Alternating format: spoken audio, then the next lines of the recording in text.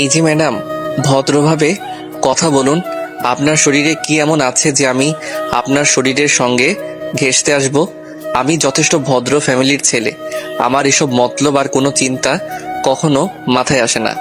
সেটা আমাকে আর বুঝিয়ে বলতে হবে না, সেটা তো আমি নিজের চোখে দেখতেই পাচ্ছি যে না, আমি ফোনের কথা বলতে বলতে অমনোযোগী হয়ে এদিকে আসছিলাম, আর তখনই আপনি ইচ্ছে করে আমার সাথে ধাক্কা খেয়ে পড়ে গেলেন। আর এখন বলছেন আপনি ভদ্র ফ্যামিলির ছেলে, আর এটাও আমাকে বিশ্বাস করতে হবে? কেন? এখানে অবিশ্বাস করার কি আছে? আর আপনি নিজেকে কি মনে করছেন? আপনি অবিশ্বাস করলেই বা আমার কি যায় আসে? আপনি তো আমার তেমন কেউ নন যে আপনার বিশ্বাস অবিশ্বাসে আমার কোনো কিছু যায় আসে। এই কথা বলতে বলতে নীল সেখান থেকে কেটে পড়লো, কারণ একটু দূরে তার বন্ধুরা দাঁড়িয়ে আছে, আর তার বন্ধুরা দাঁড়িয়ে দাঁড়িয়ে এসব কাণ্ড দেখছিল। আসলে সে তার বন্ধুদের সঙ্গে এক জায়গায় ঘুরতে যাচ্ছে। আর এইদিকে নেহা এর সাত সকালবেলা রেল স্টেশনে এসেছে। আজ সে তার বয়ফ্রেন্ডকে সঙ্গে নিয়ে পালাবে সে চিন্তা করে। সে তার বয়ফ্রেন্ডের সঙ্গে দীর্ঘ 1 বছর ধরে রিলেশনে আছে, আর এখন তার ফ্যামিলি থেকে বিয়ের জন্য চাপ দিচ্ছে, সেই জন্য সে তার বয়ফ্রেন্ডকে নিয়ে পালাতে চাইছে। যাই হোক ভিউয়ার্স, আমি যদি গল্পটা এভাবে বলি আপনাদের তাহলে হয়তো বুঝতে অসুবিধা হবে। চলুন গল্পটা শুরু থেকেই শুরু করা যাক। আমরা ফিরে যাই 2 দিন আগের ঘটনায়। নেহা তখন নিজের রুমে বসে পড়ছিল। এমন সময় হঠাৎ তার বয়ফ্রেন্ড নিলয় তাকে ফোন দেয়। হ্যালো বেবি, কি করছো? আমি না তোমায় খুব মিস করছি। তুমি আজ একবার আমার সঙ্গে দেখা করতে পারবে? তোমাকে দেখতে আমার বড্ড মন চাইছে। হ্যাঁ, আসলে আমিও এই জন্যই তোমাকে কল করব ভেবেছিলাম। আসলে আমি খুব বড় একটা প্রবলেমে পড়ে গেছি, আর এই প্রবলেম থেকে একমাত্র তুমি আমাকে উদ্ধার করতে পারো, তাই তোমাকে ফোন করতে চেয়েছিলাম। কি হয়েছে আমার বেবিটার? বল আমাকে, আমি যেভাবে পারি সমাধান করার চেষ্টা করব। আমি তোমাকে ফোনে কিছু বলতে চাইছি না। তুমি আজ বিকেলে রেস্টুরেন্টে আমার সঙ্গে দেখা করো, সেখানেই আমি তোমার সঙ্গে সবকিছু খুলে বলবো। ওকে? ওকে বেবি, আমি তাহলে এখন রাখছি। টাটা, বাই বাই, আল্লাহ হাফেজ। এই কথা বলতে বলতে নিলয় ফোন কেটে দেয়। আর অপরদিকে নেহা তারপর পড়াশোনা কমপ্লিট করে বয়ফ্রেন্ডের সঙ্গে দেখা করতে যাওয়ার জন্য রেডি হয়। সে রেডি হয়ে বাসা থেকে বের হবে। এমন সময় ড্রয়িং রুমে তার বাবা বসেছিল। তার বাবা তাকে জিজ্ঞাসা করে, কি ব্যাপার রেহা, তুমি এখন আবার কোথায় যাচ্ছ? তোমাকে না বললাম এই কয়দিন তোমাকে বাসার বাইরে যাওয়া চলবে না, যতদিন পর্যন্ত তোমার বিয়েটা হচ্ছে? বাবা, আসলে আমার বন্ধু আনিকা খুব অসুস্থ আছে, হসপিটালে আছে, তাই আমাকে এক্ষুনি যেতে হবে। আজকে এই লাস্ট, আজকের পর আর আমি কখনোই বাসা থেকে বের হব না। আচ্ছা ঠিক আছে, কোনো সমস্যা নেই। তবে একটা কথা মনে রেখো, শুধু তোমার বন্ধু অসুস্থ বলে কিন্তু তোমাকে বাসা থেকে বের হতে দিচ্ছি। তাছাড়া কিন্তু তোমাকে আমি কোনোভাবেই বাসা থেকে বের হতে দিতাম না। তখন নেহা কোনো রকমে বাসা থেকে বের হয়ে আসে আর রেস্টুরেন্টে চলে আসে। সেখানে এসে দেখে তার বয়ফ্রেন্ড অনেকক্ষণ ধরে অপেক্ষা করছে তার জন্য। তাকে দেখতে পেয়েই তার বয়ফ্রেন্ড বলে ওঠে, হাই বেবি, তোমার এত লেট হলো কেন? আমি তো সেই কখন থেকে তোমার জন্য অপেক্ষা করছিলাম, আর অপেক্ষা করতে করতে একদম বোর হয়ে যাচ্ছিলাম। I am so sorry baby, আসলে আমার বাবা আমাকে কোনোভাবেই বাসা থেকে বের হতে দিচ্ছিল না, তাই এতটা লেট হয়ে গেছে। যাই হোক, আজ আমি তোমাকে সবকিছু খুলে বলবো। হ্যাঁ বেবি, তুমি আমাকে কি বলতে চাও বলো। আমি তো সেই কতক্ষণ ধরে তোমার কথা শুনবো বলে অপেক্ষা করে বসে আছি। আমার বাবা মাকে বিয়ের জন্য চাপ দিচ্ছেন। ওনার এক পরিচিত লোকের ছেলের সঙ্গে আমাকে বিয়ে দিতে চান, কিন্তু আমি তোমাকে ছাড়া অন্য কাউকে বিয়ে করতে পারবো না। কিন্তু বেবি, আমি তো এখনো পড়াশোনা করছি, চাকরি করছি না।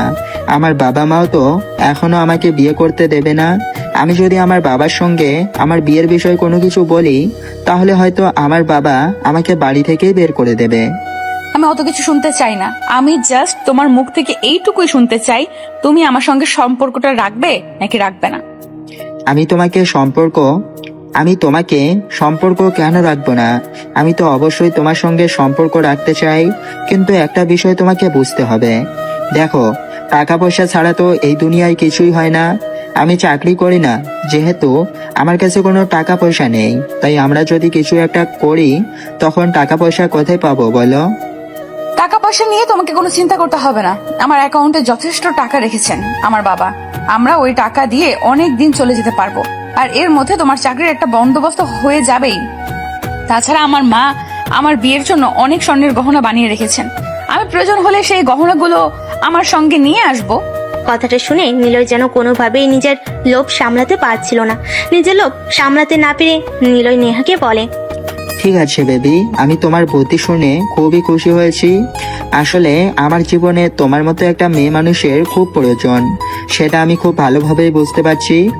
যাই হোক, হলে তুমি আগামী পরশুদিন সকালে কমলাপুর রেল স্টেশনে চলে আসবে।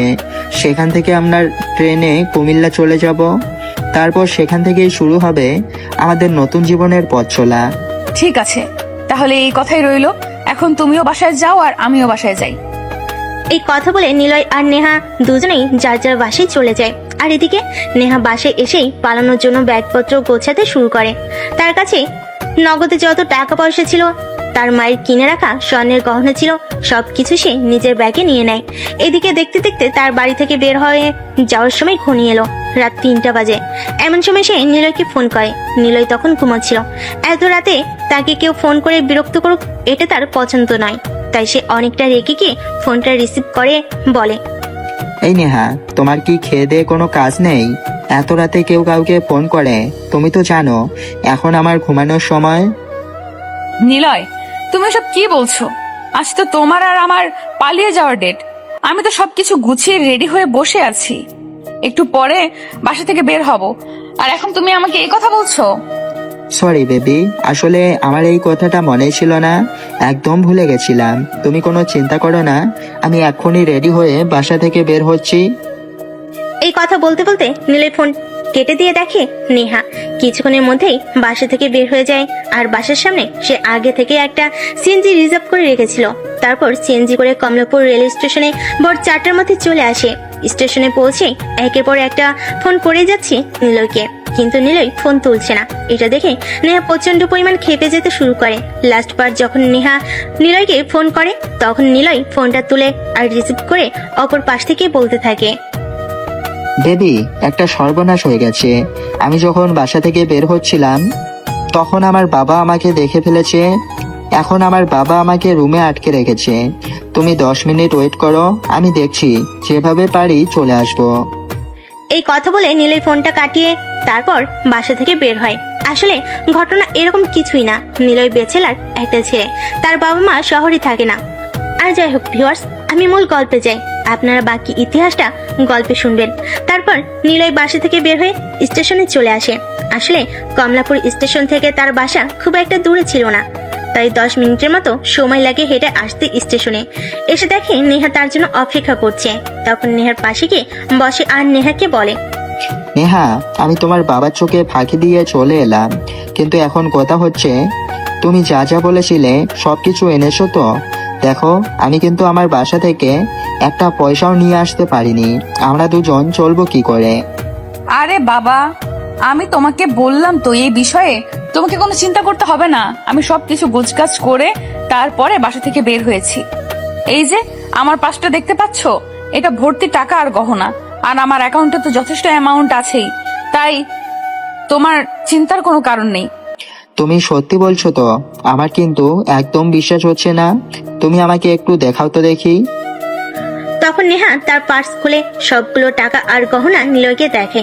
এটা দেখে নিলয় কোনোভাবেই লোভ সামলাতে পারে না, তাই নিলয় নেহাকে বলে, বেবি শোনো, এটা কমলাপুর রেল স্টেশন। এখানে চুরি টাকা দিলে হয় হামেশাই হয়ে থাকে। আর তুমি তো মেয়ে মানুষ, মেয়ে মানুষদেরকে চোর ডাকাতেরা একটু বেশি সহজ সরল মনে করে। তাই একটা কাজ করো, তোমার এই পার্সটা আমার কাছে দাও, আমি আমার কাছে রাখি, তাহলে এটা সবচেয়ে বেশি নিরাপদ থাকবে। নেহা তখন আর দুবার চিন্তা না করে তার পার্সটা নিলয়ের হাতে তুলে দেয়। আর তখনই নিলয় নেহাকে বলে, বেবি, তুমি এখানে 2 মিনিট ওয়েট করো, আমার না খুব জোরে হিসু পেয়েছে। পাশেই টয়লেট আছে, আমি হিসু করে এখনই চলে আসবো। আচ্ছা ঠিক আছে, কোনো সমস্যা নেই, তুমি এক্ষুনি চলে আসবে। ট্রেন ছাড়তে আরো 25 মিনিট সময় বাকি আছে। এই কথা বলে নিলয় সেখান থেকে চলে যায়। আর এদিকে নেহা বসে বসে নিলয়ের জন্য অপেক্ষা করতে থাকে। কিন্তু 2 মিনিট, 5 মিনিট, 10 মিনিট, 15 মিনিট পেরিয়ে যায়, নিলয়ের আসার নাম গন্ধ নেই। এদিকে নেহা ফোন করতে থাকে, কিন্তু ফোন সুইচ অফ বলছে। নেহা কিছু ভাবতে পারছে না নিলয়ের কিছু হয়েছে। যখন ট্রেন ছাড়তে আর 5 মিনিট বাকি, তখন নিলয়কে ফোনে পাওয়া যায়। আর তখনই নেহা বলতে থাকে, কি ব্যাপার নিলয়, কোথায় তুমি? তুমি তো আমাকে বললে অপেক্ষা করতে, তারপর কোথায় চলে গেলে? আর এখন আসছো না কেন? একটু পরে তো ট্রেন ছেড়ে দেবে। বেবি, সর্বনাশ হয়ে গেছে। আমি যখন স্টেশন থেকে বের হলাম তখনই আমার বাবা কিছু ছেলেপেলে নিয়ে আমাকে ধরে বেঁধে বাসায় নিয়ে এসেছে। আমার মনে হয় আজ আর তোমার সঙ্গে পালানো হবে না। বাই বেবি, আমাকে ক্ষমা করে দাও। এই কথা বলে আর কোনো উত্তরের অপেক্ষা না করে নীলের ফোনটা কেটে দেয়। আর এদিকে নেহা কি করবে কিছুই ভাবতে পারছে না, কারণ সে বাড়ি থেকে এতগুলো টাকা আর গহনা নিয়ে পালিয়ে এসেছে। এখন সে খালি হাতে কিভাবে বাসায় ফিরে যাবে?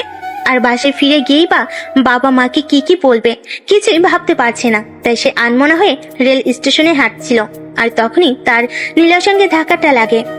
তারপরে ঘটনা তো আপনারা দেখলেনই। চলুন এখন আমরা বর্তমান সময়ের গল্পটা বলি। নেহা তখন আনমনা হয়ে রেল স্টেশনে এক পাশে গিয়ে বসে, আর নীল তখন বন্ধুদের সাথে কথা বলছিল। এমন সময় হঠাৎ তার বাড়ি থেকে ফোন আসে। কি রে নীল, কোথায় তুই? তোর রুমে দরজা খোলো। আর তুই রুমে নেই, এত রাতে কোথায় গেছিস? মা, তুমি এত তাড়াতাড়ি কিভাবে সবকিছু ভুলে যাও আমি সেটাই বুঝতে পারছি না।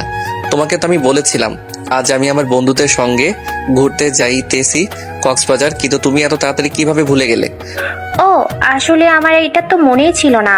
কিন্তু একটা কথা খুব দুঃখের সাথে তোকে বলতে হচ্ছে, আজ তোর ঘুরতে যাওয়া হবে না, কারণ আজ দুপুরে তোর বাবা বাড়িতে আসবেন। তখন তোর বাবা ওনার পরিচয় তো একজনের মেয়ের সঙ্গে তোর বিয়ের কথা বলছে, তাই তোর ঘুরতে যাওয়া হবে না। মানে কি? আমি তো তোমার কথা রাখা ওরা কিছুই বুঝতে পারছি না। আমি এখন বিয়ে করছি না, তো আমি এখন পড়াশোনা নিয়ে ব্যস্ত থাকতে চাই। ওসব কথা আমাকে বলে কোনো কাজ হবে না বাবা। তোমার বাবা যখন সিদ্ধান্ত নিয়েছেন তোমার বিয়ে দেবেন, তখন সেটাই হবে। তুমি তো খুব ভালো করেই জানো। আর তোমার বাবা ওনার মুখের উপর কথা বলা একদমই পছন্দ করে না, তাই আমিও তোমার কাছে আশা করব তুমি এই বিষয়ে আর কোনো ঝামেলা না করো। দেখো মা, এখন আমি কমলাপুর রেল স্টেশনে আছি, একটু পরে আমরা ট্রেনে উঠবো, আর এখন তুমি এমন কথা বলছো? হ্যাঁ বাবা, আমি বলতে বাধ্য হয়েছি, তাই আর কোনো উপায় নেই। তুমি এক্ষুনি ফিরে আসো। বাসায় ফিরে না আসো আর এই কথাটা যদি তোমার বাবার কান পর্যন্ত পৌঁছায়, তাহলে তোমার বাবা কি করবে সেটা তুমি খুব ভালো করেই জানো। ঠিক আছে মা, তুমি ফোনটা রাখো, আমি দেখছি কি করা যায়। আমি আমার বন্ধুদেরকে বুঝিয়ে কক্সবাজার না যাওয়ার চিন্তা করছি। চিন্তা করছি মানে? তুমি কি বলতে চাইছো? ওসব কথা বলে কোনো লাভ হবে না। তোমার ঘুরতে যাওয়া হবে না মানে হবে না। আমি আর কোনো কথা শুনতে চাইছি না। তোমার বাবা বাসায় ফেরার আগেই আমি তোমাকে বাসায় দেখতে চাই, এটাই আমার শেষ কথা। এই কথা বলে নীলের মা ফোনটা কেটে দেয়। আর এদিকে তার বন্ধুরা তাকে ট্রেনে ওঠার জন্য তাড়া দিতে থাকে। তখন সে কোনো উপায়ন্তর না দেখে তার বন্ধুদেরকে বিষয়টা বুঝিয়ে বলে, আর তারপর তার বন্ধুরা চলে যায়। এদিকে নীল ধীরগতি নিঃশ্বাস ফেলতে ফেলতে স্টেশনের এক পাশে এসে বসে। তখন সে দেখতে পায় একটু দূরেই সেই অচেনা মেয়েটা গভীর চিন্তিত হয়ে বসে আছে। কিছুক্ষণ আগে যে মেয়েটার সঙ্গে ধাক্কা লেগেছিল আর অনেকগুলো কথা শুনেছিল, তাই সে আস্তে আস্তে মেয়েটার পাশে গিয়ে বসে। কি ব্যাপার, আপনাকে এত চিন্তিত দেখাচ্ছে কেন? কোনো সমস্যা হয়েছে নাকি? আপনি তো অনেকক্ষণ আগে স্টেশনে এসেছিলেন, তাহলে ট্রেনে উঠলেন না কেন? আপনি আবার এখানে এসেছেন? আপনি কেন বুঝতে পারছেন না? আপনাকে আমি সহ্য করতে পারছি না, তারপরও কেন আপনি আমাকে এখানে বিরক্ত করতে এসেছেন? আপনি এখান থেকে চলে যান আর আমাকে আমার মতো থাকতে দিন। তখন পাশ দিয়ে একটা ছেলে চা গরম বলে চেঁচিয়ে যাচ্ছিল, আর নেহা ওই ছেলেটাকে ডাক দিয়ে এক কাপ চা দিতে বলে। ছেলেটা নেহার দিকে এক কাপ চা এগিয়ে দেয়। মানছি, একটু আগে আপনার সঙ্গে আমার একটা ভুল বোঝাবুঝি হয়েছে, কিন্তু আপনি আমাকে পাশে রেখে একা একা চাটা খেতে পারবেন? মানে আমি আপনাকে এটা বোঝাতে চাইছি যে একা একা চা খেতে ভালো লাগে। আপনি তোমার মতো পরিচিত কেউ নন, আর আপনার সাথে আমার কোনো সম্পর্ক নেই, তাই আমি আপনাকে চা কেন অফার করব? আমি এখানে একাই আছি, তাই আমি একাই চাটা খাবো। আপনার যদি খাওয়ার ইচ্ছে থাকে আপনি খেতে পারেন। I have don't problem. কিন্তু আমার তো আপনার পয়সা দিয়ে চা খেতে ইচ্ছে করছে। যদি কিছু মনে না করেন তাহলে আপনি একটা চাকরিতে দিন না, আপনার সঙ্গে বসে বসে চা খাই আর গল্প করি। তখন নেহা ওই চাওয়ালা ছেলেটার কাছ থেকে আরেক কাপ চা কিনে নেয় আর সেটা নীলের হাতে তুলে দেয়। তারপর দীর্ঘ নিঃশ্বাস ফেলতে ফেলতে চায়ের চুমুক দিতে থাকে। তখন নীল নিজের থেকেই বলে, আচ্ছা ম্যাডাম, দেখুন আপনার সঙ্গে আমার যা হয়েছে তো হয়েছে, এখন তোমার সেই সব কিছু মনে রেখে কোনো লাভ নেই। তাই আমি আপনাকে একটা কথা জিজ্ঞাসা করতে চাই, দয়া করে যদি উত্তর দেন। হ্যাঁ, কি বলবেন বলুন, আমি শুনছি। আপনি তো অনেকক্ষণ আগে স্টেশনে পৌঁছেছিলেন, তাহলে ট্রেনে উঠতেই পারতেন, কিন্তু আপনি সেটা না করে এখানে কেন বিষণ্ণ মনে বসে আছেন? যদি কিছু মনে না করেন তাহলে এর কারণটা জানতে পারি? আসলে আমি আমার বয়ফ্রেন্ডকে নিয়ে পালাবো বলে এসেছিলাম বাসা থেকে। অনেক টাকা পয়সা আর স্বর্ণের গহনা নিয়ে এসেছিলাম, কিন্তু আমার যতদূর মনে হচ্ছে আমার বয়ফ্রেন্ড আমার থেকে সেগুলো কৌশলে নিয়ে নিয়েছে এবং তারপরে এখান থেকে কেটে পড়েছে। কি বলছেন আপনি? আপনার বয়ফ্রেন্ড এতটা স্বার্থপর? আসলে আপনারা মেয়ে মানুষরা না এরকমই, যে কাউকে সহজে অনেক বেশি বিশ্বাস করেন আর খুব তাড়াতাড়ি ঠকে যান আপনারা। মেয়েরা এত বোকা কেন বলেন তো? এই যে মিস্টার, ঠিক করে কথা বলুন। আমি মোটেও বোকা নই, আমি তাকে ভালোবাসতাম, তাই তো আমি এত কিছু নিয়ে এখানে চলে এসেছি। মাকে নিয়ে সংসার করব বলে আপনারা ছেলেরা, প্রতারক ছেলেরা ভালোবাসার মূল্য দিতে জানেন না। আপনার সঙ্গে আমি একমত হতে পারলাম না। মানুষ মানে মুহূর্তের রং বদলায়, এটাই স্বাভাবিক, কিন্তু কোনো একটা প্রজাতি নির্দিষ্ট নয়। ছেলেরা যেমন বিশ্বাসঘাতকতা করে তেমনি মেয়েরাও বিশ্বাসঘাতকতা করতে পারে, সেটা শুধু সময় আর স্থান ভেদে হয়। আরে যা, আমি আপনাকে এইসব কথা কেন বলছি বলেন তো? আপনি তো আমার পরিচিত কেউ নন, কিংবা আপনার সঙ্গে আমার কোনো সম্পর্কও নেই, তাহলে আমি এসব কথা আপনাকে কেন বলছি? আর আপনাকে বলি বা আমার কি লাভ হবে? আসলেই তো, আপনি আমাকে কেন এই কথাগুলো বলছেন আর আমি বা কেন শুনছি এই কথাগুলো? আমারও তো আপনার এই কথাগুলো শুনে সেরকম কোনো লাভ হবে বলে মনে হয় না। যাই হোক, আপনি এখন কি করবেন চিন্তা করছেন? বাসায় ফিরে যাবেন নাকি অন্য কিছু? আমি কোনো কিছুই ভাবতে পারছি না কি করব আমি, আর এখন আমার কি করা উচিত। আসলে আমার মেজাজটা খুবই খারাপ হয়ে গেছে। আমি আমার মায়ের আলমারি থেকে মায়ের বিয়ের গহনা সহ আমার বিয়ের জন্য অনেকগুলো গহনা তৈরি করে রেখেছিল, সেগুলোই নিয়ে চলে এসেছিলাম, আর বেঈমানটা সব কিছু নিয়ে পালিয়ে গেল।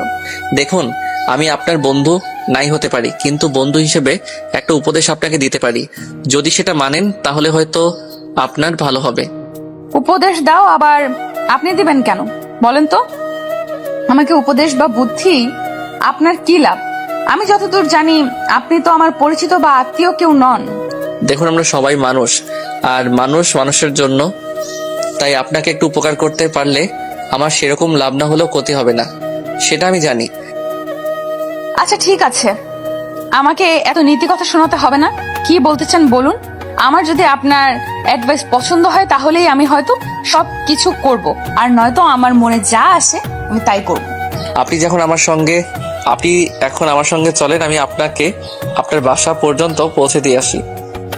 আপনার কি মাথা খারাপ হয়ে গেছে নাকি? আমার বাবা মা সবাই এতক্ষণে জেনে গেছে আমি বাসা থেকে পালিয়ে এসেছি, আর এখন আমি বাসায় কোন মুখ নিয়ে দাঁড়াবো বলতে পারেন? শুনুন, তাহলে আমি বলছি, আপনি আপনার বাসায় ঢুকবেন, আপনার পেছন পেছন আমিও আপনার বাসায় ঢুকবো। তখন আপনার বাবা মা আপনার বাসা থেকে এভাবে চলে আসার কারণ জানতে চাইবে, কেন আপনি তাদেরকে এভাবে ঠকিয়েছেন। তখন আপনি চুপচাপ দাঁড়িয়ে থাকবেন, যা বলার আমি বলবো। কিন্তু আপনি আমার বাবা মাকে ম্যানেজ করতে পারবেন? আমার বাবা কিন্তু প্রচন্ড রাগী মানুষ, আমার বাবাকে কিন্তু সহজে কেউ কোনো কথা শোনাতে পারে না। দেখুন, আপনি ওসব কিছু আপনাকে চিন্তা করতে হবে না, ওইসব চিন্তা আপনি আমার উপর ছেড়ে দেন। আপনি শুধু নিজের উপর কনফিডেন্স রাখেন, আর আপনার বয়ফ্রেন্ড আপনার সঙ্গে যেটা করেছে সেটা ভুলে যাওয়ার চেষ্টা করুন। কিন্তু শোনেন, একটা কথা আপনাকে বলেই নেই, আমার সঙ্গে যেটা করেছে সেটার জন্য আমি নিজেকে কোনোদিনও ক্ষমা করতে পারবো না।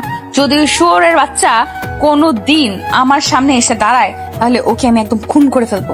আচ্ছা, আপনি একটা কাজ করেন তো, আপনার বয়ফ্রেন্ডের কোনো ছবি আছে আপনার কাছে? আপনার বয়ফ্রেন্ডের একটা ছবি আপনি আমাকে দেখাতে পারবেন? হ্যাঁ অবশ্যই আছে, সে আমার বয়ফ্রেন্ড আর তার ছবি আমার কাছে থাকবে না এরকম হয় নাকি? আপনি একটু ওয়েট করুন, আমি এক্ষুনি আপনাকে দেখাচ্ছি। এই কথা বলে নেহা তার ব্যাগ থেকে মোবাইলটা বের করে আর মোবাইল বের করে নীলকে নীলের একটা ছবি দেখায়। আর তখন নেহা নীলকে বলে, এই যে দেখুন, এটাই আমার বয়ফ্রেন্ড, দেখুন তো চিনতে পারেন কিনা? হ্যাঁ, আমি তো আপনার বয়ফ্রেন্ডকে চিনি, সে তো আমাদের এলাকাতেই থাকে। যদি আর তার সঙ্গে পার্সোনালি আমার পরিচয় নেই, তবে দু একবার দেখা হয়েছে। তবে একটা কথা আপনাকে বলতে খুব ইচ্ছে করছে, আপনি এই ছেলেটার সঙ্গে প্রেম করতে গেলেন কেন? মানে আপনি কি বলছেন? আমি তো কিছুই বুঝতে পারছি না। এই ছেলেটার তো চরিত্রের সমস্যা আছে। এই ছেলেটা আমাদের এলাকার আরো 2-3টা মেয়ের সঙ্গে সম্পর্ক করে, সে হয়তো নিজেও জানে না যে তার কয়টা গার্লফ্রেন্ড আছে। কি বলছেন আপনি? আমি তো নিজেকে বিশ্বাসই করতে পারছি না। যার সঙ্গে এতদিন ধরে সম্পর্কে আছি তার বিষয়ে আমি কোনো কিছু জানি না। আপনি সত্যি বলছেন নাকি আমাকে? আপনি নতুন করে ইমপ্রেস করার জন্য বাড়িয়ে বলছেন? দেখুন ম্যাডাম, আপনাকে ইমপ্রেস করার মতো ইচ্ছা আর কারণ কোনোটাই আমার নেই। শুধু আপনি কেন, কোনো মেয়েকে ইমপ্রেস করার ইচ্ছা আমার নেই। আর যদি থাকতো তাহলে হয়তো এতদিনে আপনার বয়ফ্রেন্ডের মতো আমারও বেশ কয়েকটা গার্লফ্রেন্ড আমার পকেটে থাকতো। তাছাড়া প্রেম টেম করার মতো যোগ্যতাও আমার নেই। আচ্ছা ঠিক আছে, ওইসব কথা এখন বাদ দেন। আপনি আমাকে অন্য কিছু বলতে চেয়েছিলেন, সেটাই বলুন। আচ্ছা ঠিক আছে, ওইসব কথা এখন বাদ দেন। আপনি আমাকে অন্য কিছু বলতে চেয়েছিলেন, সেটাই বলুন। হ্যাঁ, আমি যেটা বলছিলাম সেটাই আপনাকে বলি। আপনার বয়ফ্রেন্ড নীল একটা দুশ্চরিত্র ছেলে। সে মেয়েদেরকে শুধু ব্যবহার করে। আচ্ছা একটা কথা, আপনি বললেন তো আপনার বয়ফ্রেন্ড নীলই আপনাকে মাঝে মধ্যেই রুম ডেটের অফার করতো, তাই না? হ্যাঁ, সে আমাকে 2-3 বার রুম ডেটের অফার করেছে, কিন্তু আমি সেরকম মেয়ে নই। আমি ভদ্র ফ্যামিলির মেয়ে। আমি কেন তার সঙ্গে বিয়ের আগে তার সঙ্গে ফিজিক্যাল রিলেশন করতে যাব? ও যাই হোক, তাহলে আপনি বড় বাঁচা বেঁচে গেছেন। আর যদি আপনি তার সঙ্গে ফিজিক্যাল রিলেশন করে ফেলতেন তাহলে হয়তো বিষয়টা অন্য কিছু হয়ে যেত। যেমন ধরুন, আপনি যদি তার সঙ্গে ফিজিক্যাল রিলেশন করতেন, অ্যাক্সিডেন্টলি আপনি যদি প্রেগনেন্ট হয়ে যেতেন তাহলে কি করতেন? হ্যাঁ, আমি তো এখন সেই চিন্তাটাই করছি। আমি যদি অ্যাক্সিডেন্টালি প্রেগনেন্ট হয়ে যেতাম তাহলে আমি কি করতাম? বড়জোর বেঁচে গেছি যে আমি তার সঙ্গে ফিজিক্যাল রিলেশনে জড়াইনি। যাই হোক, ওসব কথা এখন বাদ দিন। চলুন আপনাকে বাসা পর্যন্ত এখন পৌঁছে দিই, তারপর যা হওয়ার তাই হবে। বলতে বলতে নীল নেহাকে নিয়ে স্টেশন থেকে বের হয় আর একটা অটো রিক্সা করে নেহার বাসা পর্যন্ত চলে আসে। বাসার সামনে এসে রিক্সা দাঁড়াতেই নেহা নীলকে বলে, দেখুন, আমার খুব ভয় করছে। আমার বাবা কিভাবে রিয়েকশন করবে আমি সেটাই বুঝতে পারছি না। আমাকে তো বললাম এত চিন্তা করার কিছুই নেই। আপনি আমার উপর ভরসা রাখুন, যা হয় আমার উপরই হবে। আর চিন্তা করার কিছুই নেই। সো প্লিজ আপনি শুধু ভিতরে নিয়ে চলেন আমাকে। তখন নেহা মাথা নাড়িয়ে হ্যাঁ সূচক সম্মতি জানিয়ে সিঁড়ি দিয়ে উপরে উঠতে থাকে। তাদের ফ্ল্যাট 4 তলার, নিচের 3 ফ্ল্যাট ভাড়া দেওয়া। দরজার সামনে দাঁড়িয়ে কলিং বেল চাপ দেওয়ার বেশ কিছুক্ষণ পর নেহার বাবা এসে দরজা খুলে আর নেহাকে দেখতে পেয়ে ঠাস করে তার গালে একটা থাপ্পড় বসিয়ে দেয়। তোমার এত বড় সাহস হলো কি করে? তুমি আমাদের কাউকে কিছু না বলে বাসা থেকে বের হয়ে গেছো, আর সঙ্গে ওই বাদরটা কে? এটা কাকে নিয়ে এসেছো? নীল তখন নেহাকে কিছু বলার সুযোগ না দিয়ে নিজে বলতে থাকে, আঙ্কেল প্লিজ আপনি শান্ত হন। যেটা ঘটেছে সেটা এখানে দাঁড়িয়ে আলোচনা করার বিষয় নয়। আপনি প্লিজ ভিতরে চলুন, আমি আপনাকে সবটা বুঝিয়ে বলছি। কিন্তু আপনি এইভাবে চেঁচামেচি করে প্রতিবেশীদেরকে কোনো কিছু জানাবেন না। তুমি আমাকে কি বুঝিয়ে বলবে বলো? আর তুমি কে? তুমি তো নেহার বন্ধু নাও। তোমাকে তো আজকের আগে কখনো দেখিনি। হ্যাঁ আঙ্কেল, আপনি একদম ঠিক ধরেছেন। না, আপনার মেয়ের সঙ্গে আমার কোনো বন্ধুত্ব বা অন্য কোনো সম্পর্ক নেই। আজকে আপনার মেয়ের সঙ্গে পরিচয় হয়েছে। এখন প্লিজ আপনি ভিতরে চলেন, মাথাটা ঠান্ডা করেন, তারপর আমি আপনাকে সবকিছু বুঝিয়ে বলি। এই কথা শুনে নেহার বাবা নিজেকে একটু শান্ত করে আর চুপচাপ ড্রয়িং রুমে এসে বসে। তারপর কিছুক্ষণ পর নীলের দিকে তাকিয়ে বলে, আমি কিন্তু আর ধৈর্য ধরে রাখতে পারছি না। তুমি কি বলবে বলো, তা না হলে কিন্তু আমার মেজাজ খুব খারাপ হয়ে যাচ্ছে। এমনিতেই মাথা গরম আছে।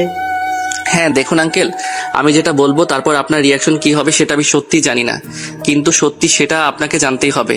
আপনার মেয়ে একটা ছেলের সঙ্গে রিলেশনে ছিল, কিন্তু আপনি নাকি আপনার মেয়ের জন্য বিয়ের সম্বন্ধ করছেন। তাই আপনার মেয়ে সেই ছেলেটার সঙ্গে পালিয়ে যাওয়ার জন্য বাড়ি থেকে বের হয়ে চলে গিয়েছিল। নেহা, তোমার এত বড় দুঃসাহস হবে সেটা আমি কল্পনাতেও চিন্তা করিনি। তুমি আমার মেয়ে সেটা ভাবতেও আমার ঘেন্না লাগছে। আঙ্কেল প্লিজ আপনি শান্ত হন। আমি আপনাকে কি বলতে চাইছি সেটা আগে আপনি শুনুন, তারপর যা বলার বলুন। তখন নেহার বাবা নিজেকে একটু শান্ত করে সোফায় বসেন আর নীলকে বলতে বলেন। তখন নীল বলতে থাকে, হাসালি আঙ্কেল, যে ছেলেটার সঙ্গে আপনার মেয়ে রিলেশনে ছিল সেই ছেলেটা একটা প্রতারণা করে আপনার মেয়েকে ঠকিয়েছে। তাই আপনার মেয়ে সব কিছু সহ্য করতে না পেরে আত্মহত্যা করতে গিয়েছিল, আর সেখান থেকে আমি তাকে বাঁচিয়ে নিয়ে এসেছি। তুমি এই মেয়েটাকে বাঁচালে কেন? এই মেয়েটা তো মরে যাওয়া উচিত ছিল। যে মেয়ে নিজের বাবা মায়ের মান সম্মানের কথা চিন্তা করে না, সে মেয়ে বেঁচে থেকে কি লাভ? সে তো মেয়ে নামে কলঙ্ক। আঙ্কেল প্লিজ আপনি শান্ত হন। দেখুন, আমি আপনার মেয়ের সাথে কথা বলে জানতে পারলাম যে নেহা আপনাদের একমাত্র মেয়ে, আর একমাত্র মেয়ে যে বাবা মায়ের কথাটা প্রিয় হয় সেটা আমি খুব ভালো করে জানি। তাকে অনেক কষ্ট করে বুঝিয়ে সুঝিয়ে আপনার এখানে নিয়ে এসেছি, কারণ আমি এটা খুব ভালো করে জানি আপনি উপরে যতই রাগ দেখাচ্ছেন না কেন আপনার মেয়েকে আপনি প্রচন্ড ভালোবাসেন। যে মেয়ে নিজের বাবা মায়ের ভালোবাসার কথা চিন্তা করে না, যে বাবা মা তাকে 20টা বছর ধরে আদর করে যত্ন করেছে, সেই বাবা মায়ের কথা চিন্তা না করে বয়ফ্রেন্ডের সঙ্গে পালিয়ে যাওয়ার চিন্তা করে সেই মেয়েকে আর যাই হোক ভালোবাসা যায় না। এই কথাটা আপনি বুকে হাত দিয়ে বলতে পারবেন? যদি হাত দিয়ে বলতে পারেন তাহলেই আমি বিশ্বাস করব, নয়তো বলবো আপনি শুধু মুখেই বলছেন। তখন নেহার বাবা আর কোনো কথা বলে না, চুপচাপ বসে আছে। আর তখনই নীল নেহাকে বলে, দেখলে তো, তুমি তো বয়ফ্রেন্ডের সঙ্গে রাগ করে নিজেকে শেষ করে দিতে চাইছিলে। আর তুমি নিজেকে যদি শেষ করে দিতে তাহলে তোমার বাবা মা কতটা কষ্ট পেত। হয়তো তোমার মৃত্যুর খবর শুনে তারাও হয়তো স্ট্রোক করে মারা যেত, কারণ তুমি তোমার বাবা মায়ের একমাত্র আদরের সন্তান। এই কথা বলতে বলতে নীল নেহাকে চোখের ইশারায় তার বাবার পা ধরে ক্ষমা চাইতে। তখনই নেহা হাউমাউ করে কাঁদতে কাঁদতে তার বাবার পায়ে জড়িয়ে ধরে বলতে থাকে, বাবা প্লিজ আমাকে তোমরা ক্ষমা করে দাও, আর কখনোই এমন কাজ করব না। জীবনে যা ভুল করার করেছি, আর কোনো ভুল করব না। এখন থেকে তোমরা যা বলবে আমি তাই করব। হ্যাঁ আঙ্কেল, নেহা একদম ঠিক কথাই বলেছে।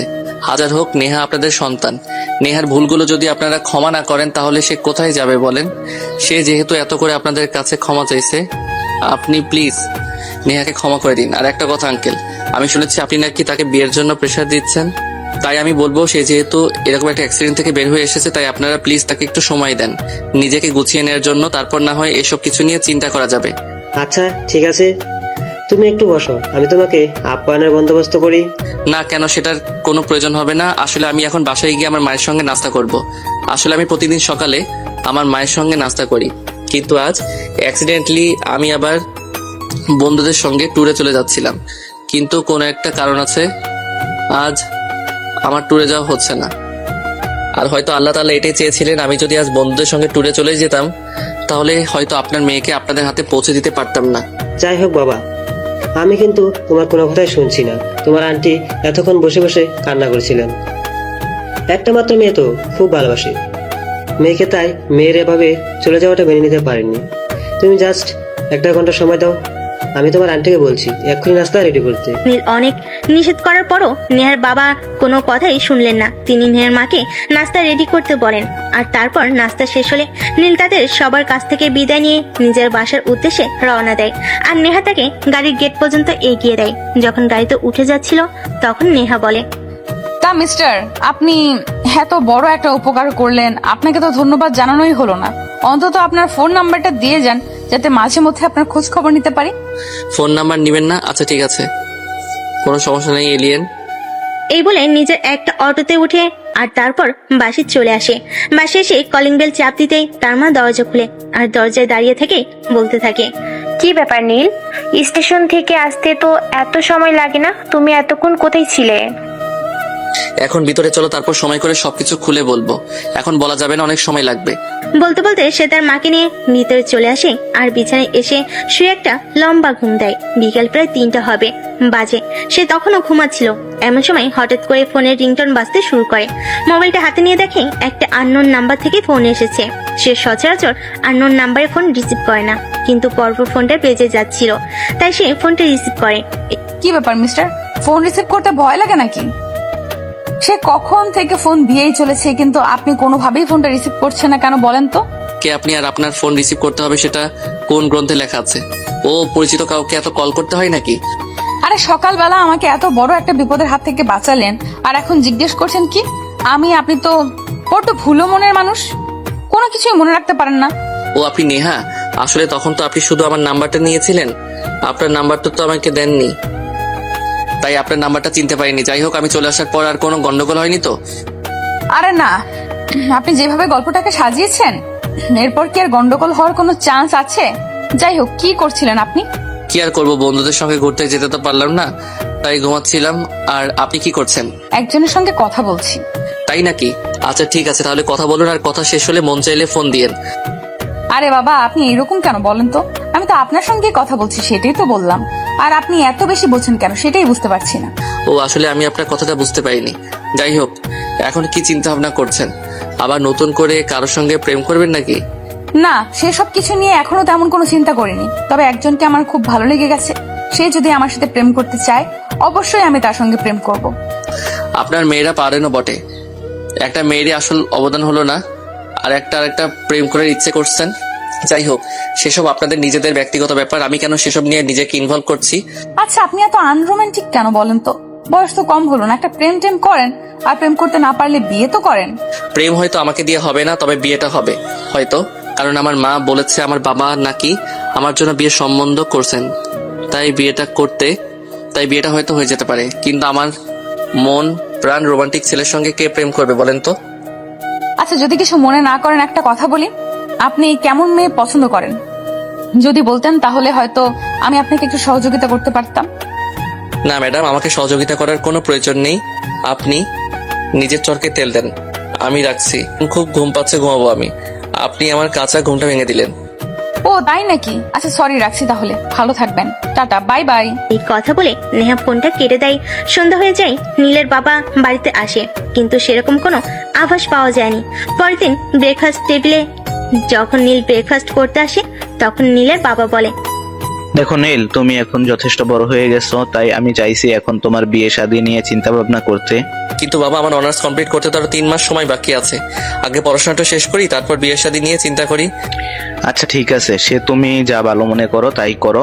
আমি এই বিষয়ে তোমাকে কোনো কিছুই বলবো না, কারণ আমি চাই না আমার ছেলে তার মতের বিরুদ্ধে গিয়ে কিছু করুক। লাভ ইউ বাবা, থ্যাংক ইউ সো মাচ। জানতাম আমার মা আমাকে না বুঝলে তুমি আমাকে খুব ভালো করে বুঝবে, কারণ তুমি তো আমার বাবা, তাই না বাবা? বলতে বলতে সবাই যার যার রুম মতো নাস্তা শেষ করে নিজের রুমে চলে যায়। আর এদিকে দেখতে দেখতে বেশ কয়েকদিন চলে যায়। ইতিমধ্যেই নীল আর নেহা প্রায় ফোনে কথা বলে, আর কথা বলতে বলতে তাদের মধ্যে একটা ভালো বন্ডিংও তৈরি হয়ে গেছে। যাই হোক, চলুন সেদিনের ঘটনাটা আপনাদের বলি। নীল ভার্সিটি থেকে বের হয়ে একটা রেস্টুরেন্টে ঢোকার জন্য সে দুপুরে খাবার খায়নি, তাই খুব ক্ষুধা পেয়েছে দুপুরে খাওয়ার জন্য। আর রেস্টুরেন্টে ঢুকেই দেখতে পায় নেহার এক্স বয়ফ্রেন্ড একটা মেয়েকে নিয়ে রেস্টুরেন্টে খেতে এসেছে। সেটা দেখতে পেয়ে সঙ্গে সঙ্গেই নেহাকে ফোন করে। আমি তোমার বাসার কাছাকাছি একটা রেস্টুরেন্টে খাবার খেতে এসেছি, তুমি একটু আসবে? তোমার সঙ্গে দেখা করব। কিন্তু বাসা থেকে কি বলে বের হব? আমার বাবা তো এখন আমাকে চোখে চোখে রাখে, কোনোভাবেই একা একা বাসা থেকে বের হতে দেয় না। তুমি একটা কাজ করো, তোমার বাবাকে গিয়ে বলো তোমার একটা বন্ধু অ্যাক্সিডেন্ট করেছে, তাই তোমাকে এক্ষুনি বাসা থেকে বের হতে হবে। কারণ তোমার বন্ধুর রক্তের প্রয়োজন, আর তোমার বন্ধুর ব্লাড গ্রুপ 1। মাথায় এত বুদ্ধি আছে কি করে, আমি সেটাই বুঝতে পারি না। আপনি হুটহাট এইভাবে বুদ্ধি কিভাবে বের করেন বলেন তো? প্লিজ, এখন এত কথা বলার সময় নেই। তোমাকে যেটা বলেছি তুমি সেটাই করো। তুমি এক্ষুনি তোমার বাবাকে গিয়ে বলো এই কথাটা, তারপরে বের হয়ে আসো। তখন নেহা ঠিক আছে বলে ফোনটা কেটে দেয় আর তার বাবার কাছে যায়। নীলের বলা কথাটা তার বাবাকে বলে, আর তার বাবার নিমেষে রাজি হয়ে যায়। তারপর সে বাসা থেকে বের হয়ে সে রেস্টুরেন্টে চলে আসে এবং নীলের সামনে চেয়ারে বসে তখন সে নীলকে বলে, আচ্ছা, আপনি এখানে খেতে এসেছেন সেটা বুঝলাম, কিন্তু এইভাবে আমাকে ডাকার কারণটা কি? আপনি কি আমায় ট্রিট দেবেন নাকি? তুমি ট্রিট চাইলে অবশ্যই আমি দেব, কোনো সমস্যা নেই। কিন্তু এখানে আমি তোমাকে অন্য একটা কারণে ডেকে এনেছি। কি যে বলেন না, আপনি আমার কথার আগা মাথা কিছুই বুঝতে পারি না। আপনি আমাকে রেস্টুরেন্ট থেকে এনেছেন কোথায় ট্রিট দিবেন, সেটা না করে বলছেন আপনি আমাকে অন্য কোনো কারণে ডেকে এনেছেন। আচ্ছা ঠিক আছে, বলেন কি কারণ? নীল তখন তার থেকে 15 ফুট দূরতেই বসে থাকা দুজন তরুণ তরুণীর দিকে ইশারা করে আর বলে, ওই যে দেখো, তোমার বয়ফ্রেন্ড নিলয়ের আসল চরিত্র। সেদিন তুমি অনেক বলেছিলে আমি তোমাকে ইমপ্রেস করার জন্য বাড়ি বানিয়ে বানিয়ে বলেছি। এখন কি বলবে বলো? নীল অন্য একটা মেয়েকে রেস্টুরেন্টে নিয়ে খেতে এসেছে, আর সে মেয়েটার সঙ্গে হাত ধরাধরি ঘেঁষাঘেঁষি করে কথা বলছে। এইসব কিছু দেখে নেহা আর সহ্য করতে পারছে না। তখন নীল বলে, কি ব্যাপার নেহা, বয়ফ্রেন্ডকে অন্য মেয়ের সঙ্গে দেখে খুব রাগ হচ্ছে বুঝি? বয়ফ্রেন্ডকে অন্য মেয়ের সঙ্গে দেখে আমি জেলাস ফিল করছি সেরকমটা নয়, আমি শুধু মেয়েটার জন্য আফসোস করছি, কারণ সেও হয়তো আমার মতো বোকা, আর বোকা না হলে এরকম একটা প্রতারকের প্রেমে পড়তো না। আচ্ছা, তুমি একটা কাজ করতে পারবে? যাই হোক, কাজ পরে করো, তোমার তো যা ক্ষতি হওয়ার হয়েই গেছে। তুমি এমন কিছু একটা করো যাতে এই মেয়েটার কোনো ক্ষতি না হয়। হ্যাঁ, আমিও মনে মনে এরকমটাই ভাবছিলাম, কিন্তু আমি কি করব? আর মেয়েটা কেনই বা আমাকে বিশ্বাস করবে? মেয়েটা তোমাকে কেন বিশ্বাস করবে? মানে মেয়েটাকে তোমার বিয়ে বিশ্বাস করাতেই হবে। তাছাড়া মেয়েটাকে বিশ্বাস করানো কি এমন কঠিন কাজ? তোমার কাছে তো তোমার আর তোমার বয়ফ্রেন্ডের অনেক ছবি আছে, এর থেকে দুই একটা দেখালেই হবে। মেয়েদেরকে বিশ্বাস করানোর জন্য এত কিছু প্রয়োজন পড়ে না, মেয়েরা অল্পতেই বিশ্বাস করে, বুঝতে পেরেছো? হ্যাঁ, আমি সবটা বুঝতে পেরেছি, আর কোনো সমস্যা নেই। আপনি এখানে থাকেন, আমি আসছি। বলে নেহা সেখানে আর এক মুহূর্ত দেরি না করে সোজা নিলয়ের সামনে গিয়ে দাঁড়ায়। আর নিলয় তাকে দেখে অনেকটা থতমত হয়ে বলে, কি ব্যাপার, তুমি এখানে কি করে এলে? কেন, আমাকে দেখে খুব অবাক হয়েছিস তাই না? তুই কি ভেবেছিলি সেদিন আমি আত্মহত্যা করব? না, আমি আত্মহত্যা করার মতো মেয়ে নই। তুই আমার সঙ্গে যেটা করেছিস খুব খারাপ করেছিস, এর পরিণাম আজ আমি তোকে বোঝাবো। এই কথাটা বলে নেহা নিলয়ের শার্টের কলার টেনে ধরে দাঁড় করে। এমন সময় পাশ থেকে ওই মেয়েটা বলে, আরে আরে, এসব কি করছেন আপনি? আপনি আমার বয়ফ্রেন্ডের সাথে কলার এভাবে চেপে ধরেছেন কেন? ছাড়ুন, আপনি ছাড়ুন বলছি, তা না হলে কিন্তু আমি রেস্টুরেন্ট অথরিটির কাছে আপনার নামে কমপ্লেন করব। এই মেয়ে, চুপ কর। তুই তুই কাকে বয়ফ্রেন্ড বলছিস? সেই নর্দমার কিটকে? এটা তো একটা ঠগ, ভণ্ড, প্রতারক। আমার সঙ্গে কি করেছে তুই জানিস? জানলে তুই নিজে ওকে জুতা পেটা করবি। আর এসব কি বলছেন আপনি? আর নিলয়, এই মেয়েটা কে? আর এই মেয়েটা এসব কথা কেন বলছে? হারামজাদা, কি বলবে? আমি তোকে বলছি, শোন, এটা আমার এক্স বয়ফ্রেন্ড। এর সঙ্গে আমার দীর্ঘদিনের সম্পর্ক ছিল। আমার পরিবার থেকে আমাকে বিয়ের জন্য চাপ দিচ্ছিল, তাই আমি তাকে নিয়ে পালিয়ে যাব বলে বাসা থেকে অনেক টাকা পয়সা নিয়ে পালিয়ে আসি। কিন্তু এই ভণ্ড প্রতারক আমাকে ঠকিয়ে টাকা পয়সা আর গয়না নিয়ে পালিয়ে যায়। মানে এসব কি বলছেন আপনি? আমি তো এটা বিশ্বাসই করতে পারছি না। একে তো আমি অনেক ভালো ছেলে মনে করতাম, তাই তো আমি এর সঙ্গে রিলেশনে এসেছি। আর আমার বাবা মা যদি জানতে পারে আমি এমন একটা বদমাশের সঙ্গে রিলেশনে এসেছি, তাহলে তো আমার বাবা মা আমাকে মেরেই ফেলবে। প্লিজ বেবি, তুমি আমাকে ভুল বোঝো না। এই মেয়েটা একদম মিথ্যা কথা বলছে। এই মেয়েটাকে আমি চিনি না। এই মেয়েটার সাথে আজকের আগে কখনো আমার দেখাই হয়নি। প্লিজ তুমি আমাকে ভুল বোঝো না। কিন্তু সম্পূর্ণ কথাটা শেষ করার আগেই নেহা তার পায়ের জুতো খুলে নিলয়কে পেটাতে শুরু করে আর বলতে থাকে, শালা হারামজাদা, আমি তোকে মিথ্যা কথা বলছি নাকি তুই এই মেয়েটাকেও আমার মতো টোপ গিলাচ্ছিস? দাঁড়া, মেয়েদের সঙ্গে প্রতারণা করার মজা আজ তোকে আমি হাড়ে হাড়ে বোঝাবো। এই কথাগুলো বলে নেহা সজোরে নিলয়কে আঘাত করতে থাকে। আর আঘাত করার এক পর্যায়ে সে ঠাস করে নীলের নাক বরাবর একটা ঘুষি মারে। আর তখনই নিলয়ের নাক ফেটে রক্ত বের হতে থাকে। এটা দেখে নিলয়ের নতুন গার্লফ্রেন্ড সেখান থেকে দৌড়ে পালিয়ে যায়। আর নীল দৌড়ে এসে নেহাকে ধরে বলে, আরে এটা কি করলে তুমি? এখন তো পুলিশ কেস হয়ে যেতে পারে, চলো এখান থেকে পালাই আগে। এই কথা বলে নীল আর নেহা সেখান থেকে দৌড়ে বের হয়ে আসে। আর বাইরে এসে রাস্তা সাইডে একটা গাছের নিচে বসে পড়ে। আর তখন নীল নেহাকে বলে, তুমি তো দারুণ মারপিট করতে পারো, তোমাকে সিনেমার অ্যাকশন হিরোইন বানালে কিন্তু বেশ মানাতো। এই যে দেখুন, একদম পাম দিতে আসবেন না। এই শালা আমার সঙ্গে যত বড় প্রতারণা করেছে, এর শাস্তি আরো হওয়া উচিত ছিল। আমার মায়ের বিয়ের গয়না, আমার জন্য তৈরি করে রাখা গয়না, আমার বাবার এতগুলো টাকা সবগুলো মেরে দিয়েছে। একে তো আমার খুন করে ফেলা উচিত। আচ্ছা ঠিক আছে, এখন আপনি শান্ত হন, যা করার পরে করবেন। কিন্তু একটা কথা বলুন তো, আপনি তো আসলে অনেকদিন ধরে রিলেশনে ছিলেন, আপনি যেভাবে তাকে মারলেন, আপনার কি একটু দয়া মায়া লাগেনি? আমার মনে হয় আপনি কোনোদিন তাকে ভালোই বাসেননি। যদি ভালোবাসতেন তাহলে এভাবে তাকে মারতে পারতেন না। সে আপনার যেটা মনে হয় সেটাই, এই বিষয়ে আমার বিন্দু মাত্র মাথা ব্যথা নেই। ভালোবাসা এখন আমার কাছে পান্তা ভাতের মতো হয়ে গেছে। সো ভালোবাসা সম্পর্কে আর কিছু বলবেন না। ঠিক আছে, এখন চলেন আপনাকে বাসায় পৌঁছে দিয়ে আসি। মিথ্যা কথা বলে বাসা থেকে তো বের হলেন, এখন যদি বাসায় ফিরতে খুব বেশি দেরি হয় তাহলে তো আবার আপনার বাবা আপনার থেকে 1000টা কৈফিয়ত চাইবে। আর আমি চাই না আপনার বাবা আপনাকে আর কোনো কৈফিয়ত দিতে বাধ্য করুক।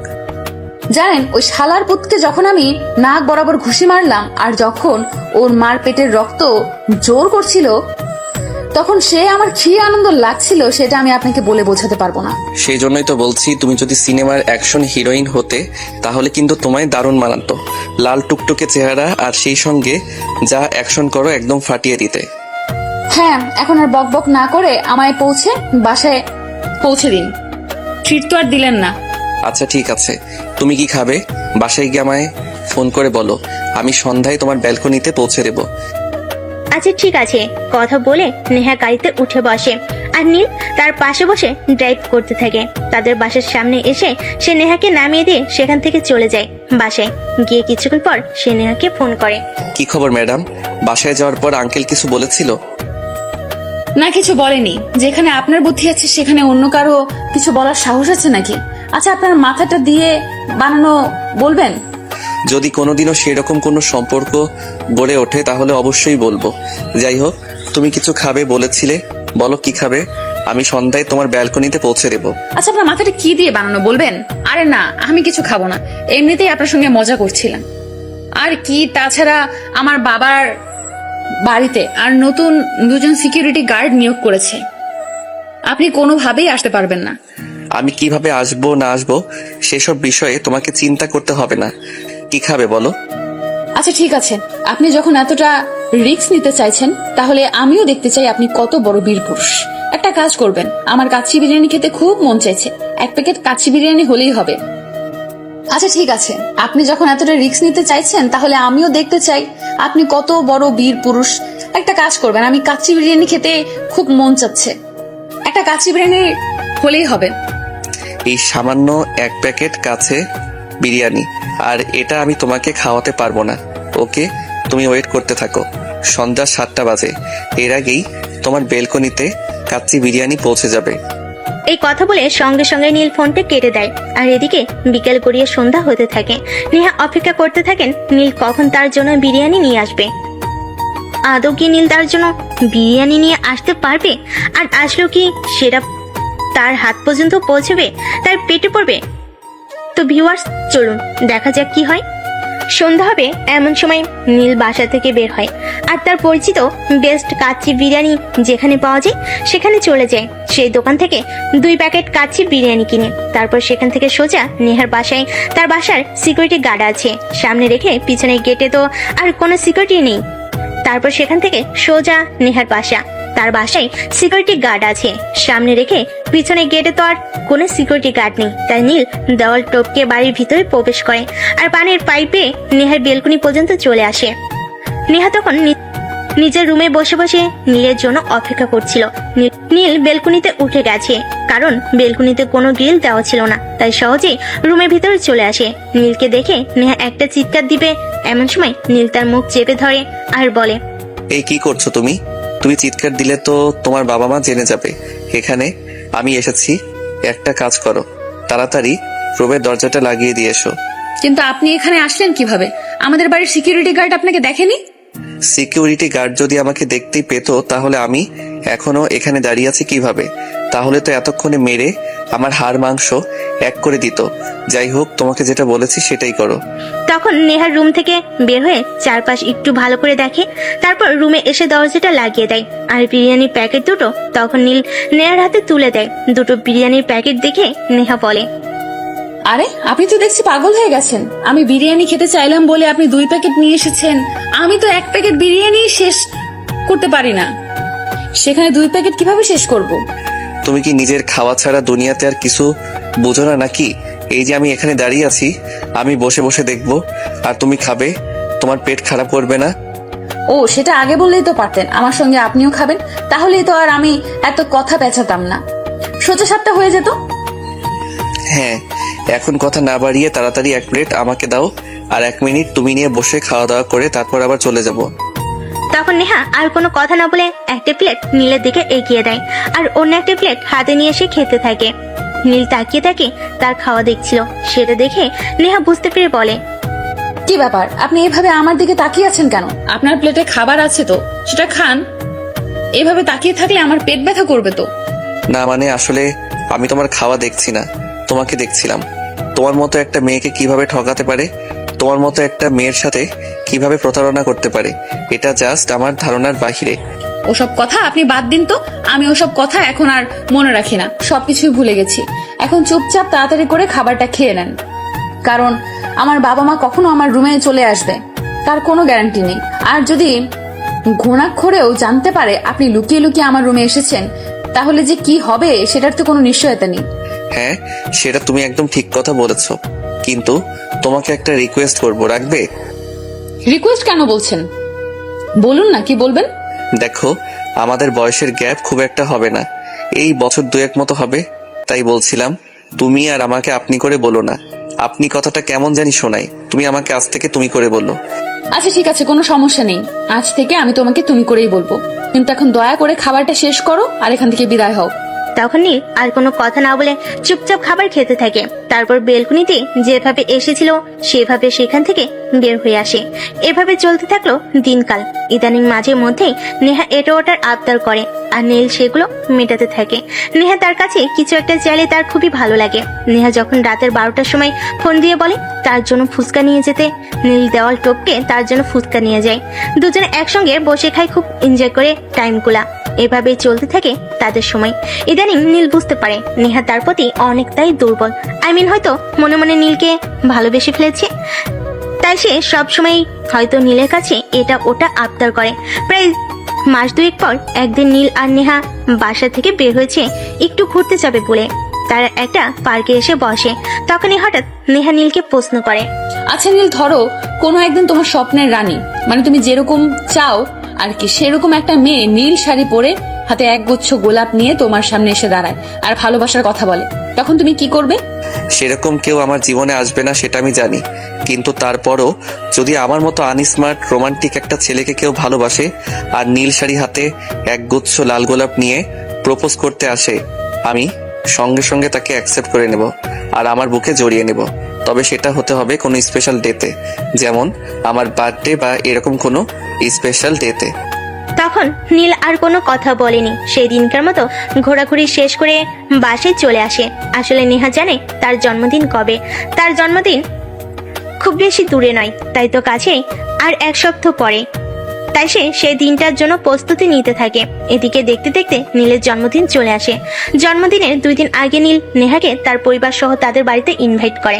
যেহেতু নেহার বাবার সঙ্গে নীলের পরিচয় আগে থেকেই ছিল, তাই সেদিন নেহা আর তার বাবার নীলদের বাড়িতে যায়। নেহাজ অনেক সুন্দর একটা নীল রঙের শাড়ি পরেছে, সেই সঙ্গে তার খোপায় অনেকগুলো গোলাপ ফুল গাঁথা আছে, সেই জন্য সে একটু সাজগোজ করেছে। তাই সব মিলিয়ে নেহাকে একটু অন্যরকম লাগছে। এদিকে জন্মদিনের অনুষ্ঠান শুরু হয়ে গেল। নীল কেক কেটে সবাইকে খাইয়ে দিল। তখনই নেহা তার কানের কাছে মুখ নিয়ে বলল, একটু ছাদে যেতে। এই কথা বলে নেহা নীলদের ছাদে চলে আসে আর পিছন পিছন নীলও আসে। বাকি সবাই নিজের অনুষ্ঠানে মগ্ন ছিল, তাই কেউ কিছু খেয়াল করেনি। নীল যখন ছাদে আসলো তখন তার সামনে হাঁটু গেড়ে বসে একগুচ্ছ লাল গোলাপ নিয়ে নীলকে বলে, নীল, জীবনে হয়তো কাউকে মন থেকে ভালোবেসে উঠতে পারিনি, তাই কাউকে এমন ভাবে ভালোবাসার কথা কখনোই বলা হয়নি, কিন্তু তোমাকে দেখে আমি সত্যিই ভালোবেসে ফেলেছি, একদম মন থেকে ভালোবাসা যেটাকে বলে। তাই Neel, I love you, please accept me. I love you too সোনা। আমি জানতাম তুমি আমাকে মনে মনে ভালোবেসে ফেলেছো, কিন্তু তোমার মনের কথাটা আমাকে বলতে পারছো না। আর আমি নিজের থেকে কেন বলিনি জানো? আমি যদি বলতাম তাহলে তুমি হয়তো দেমাগ দেখাতে আমাকে অ্যাকসেপ্ট করতে সময় নিতে, কিন্তু তোমার এভাবে সময় নেওয়াটা আমার মোটেও পছন্দ হতো না। তাই কৌশলে ছলে বলে তোমাকে দিয়েই বলিয়ে নিলাম। তার মানে তুমি আমার সঙ্গে চিট করেছো, তাই না? ঠিক আছে, তোমার সঙ্গে আর কোনো কথাই বলবো না। এই কথা বলে মুখটা একটা ভেঙচি মেরে নেহা সেখান থেকে চলে যেতে চাইছিল, কিন্তু নীল তাকে সেটা পড়তে দিল না। পিছন থেকে নেহার হাত ধরে ফেলে আর একবারে তার বুকের সঙ্গে মিশিয়ে নিয়ে নেহার ঠোঁটের কাছে ঠোঁট দুটো রেখে বলতে থাকে, এই কোথায় যাচ্ছ তুমি? ভালোবাসার কথা বলে আমায় পাগল করে রেখে চলে যাবে আর আমি তোমাকে যেতে দিব? এটা তুমি ভাবলে কি করে? আমাকে ভালোবাসা যায়, ভুলে থাকা যায় না। কি করছো তুমি? ছাড়ো আমাকে, কেউ দেখে ফেলে কি হবে জানো? না ম্যাডাম, এসব বলে আমাকে কোনো লাভ হবে না, কারণ এখানে কেউ আসবে না।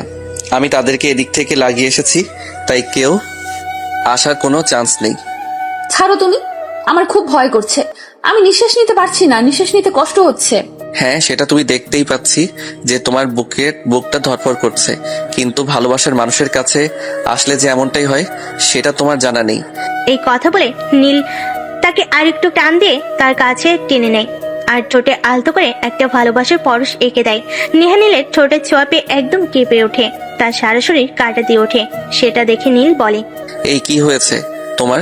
তুমি এভাবে কাঁপছো কেন? এখানে তো তুমি আর আমি ছাড়া অন্য কেউ নেই, এত ভয় পাওয়ার কি আছে? আমি ভয় পাচ্ছি না, তোমার ছোঁয়া পেয়ে সত্যি আমার কেমন যেন লাগছে। প্লিজ আমাকে ছেড়ে দাও, আমি আর নিতে পারছি না। তখন নীল আর কোনো কথা না বলে নেহাকে ছেড়ে দেয়, আর নেহা ছাড়া পেয়ে এক দৌড়ে নিচে চলে আসে। তারপর বাড়িতে খাওয়া দাওয়া করে রাতে তার বাবাকে নিয়ে বাসায় চলে আসে। সে দেখে ছেলের জন্মদিন উপলক্ষে নীলের বাবা বাড়িতে এসেছে। তাই পরের দিন সকালবেলা তিনি নীলকে ব্রেকফাস্ট টেবিলে ডাকেন আর নীলকে বলেন, নীল, তোমাকে আমি কয়েকদিন আগে একটা কথা বলেছিলাম, সেটা তোমার মনে আছে? মানে তোমার বিয়ের বিষয়ে। এই কথা শুনে তো নীলের মাথায় একদম আকাশ ভেঙে পড়ে। কি করবে কিছু ভেবে পাচ্ছে না, কারণ সে এই মুহূর্তে নেহাকে ভালোবাসে। নেহাকে ছাড়া অন্য কাউকে বিয়ে করা তার পক্ষে সম্ভব নয়। এখন সে কি করবে কিছুই ভাবতে পারছে না। বাবাকে কি বলবে ঠিক তখনই তার বাবা আবার বলতে থাকে, নীল কি ব্যাপার নীল, তুমি কি কিছু বলেছি? তুমি আমার কথার উত্তর দিচ্ছ না কেন? কি হয়েছে তোমার, বলো আমাকে। না বাবা, আমার কিছুই হয়নি, আমি একদম ঠিক আছি।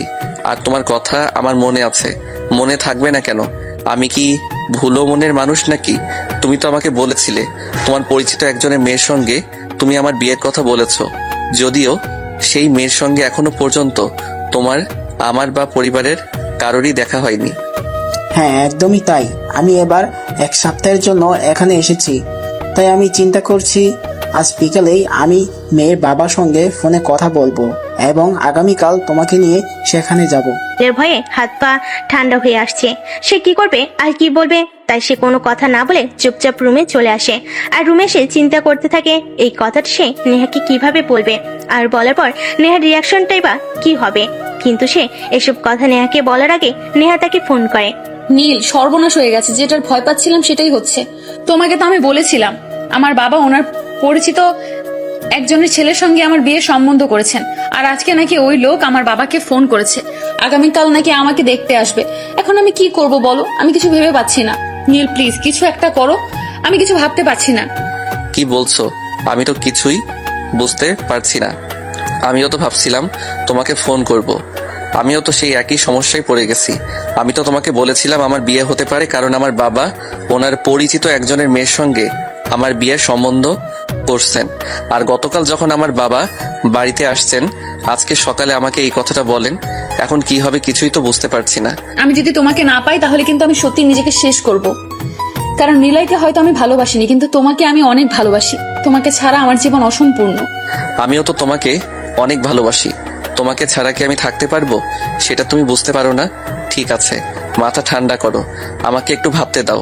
তখন নেহা চুপচাপ ফোন কানে ধরে বসে থাকে। আর এদিকে কিছুক্ষণ পর নীল বলতে থাকে, আমার জন্য আমি কিছু করতে পারবো কিনা এখনো বলতে পারছি না, তবে তোমাকে একটা কথা বলি, শোনো। তুমি যদি এই আইডিয়াটা কাজে লাগাও তাহলে 100% কাজ হবে। কি আইডিয়া? দেরি করছো কেন, বলো আমাকে।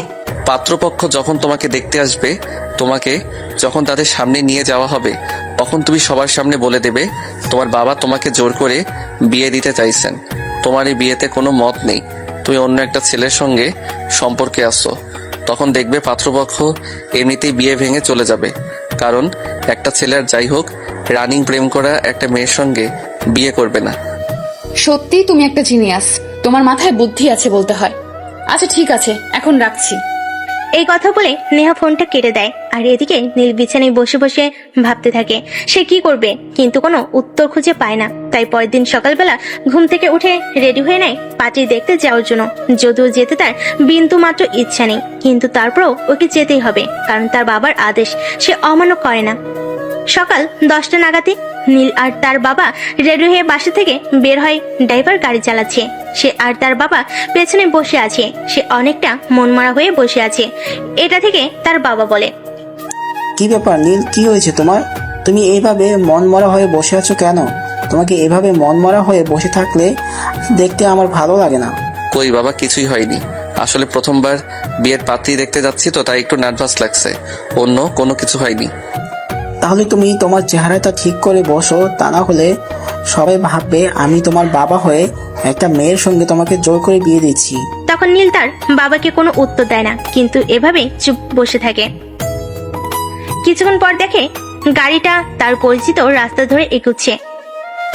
তাই সে তার বাবাকে বলে, বাবা, আমরা যেখানে যাচ্ছি এই বাসাটা কি এই রাস্তাতেই?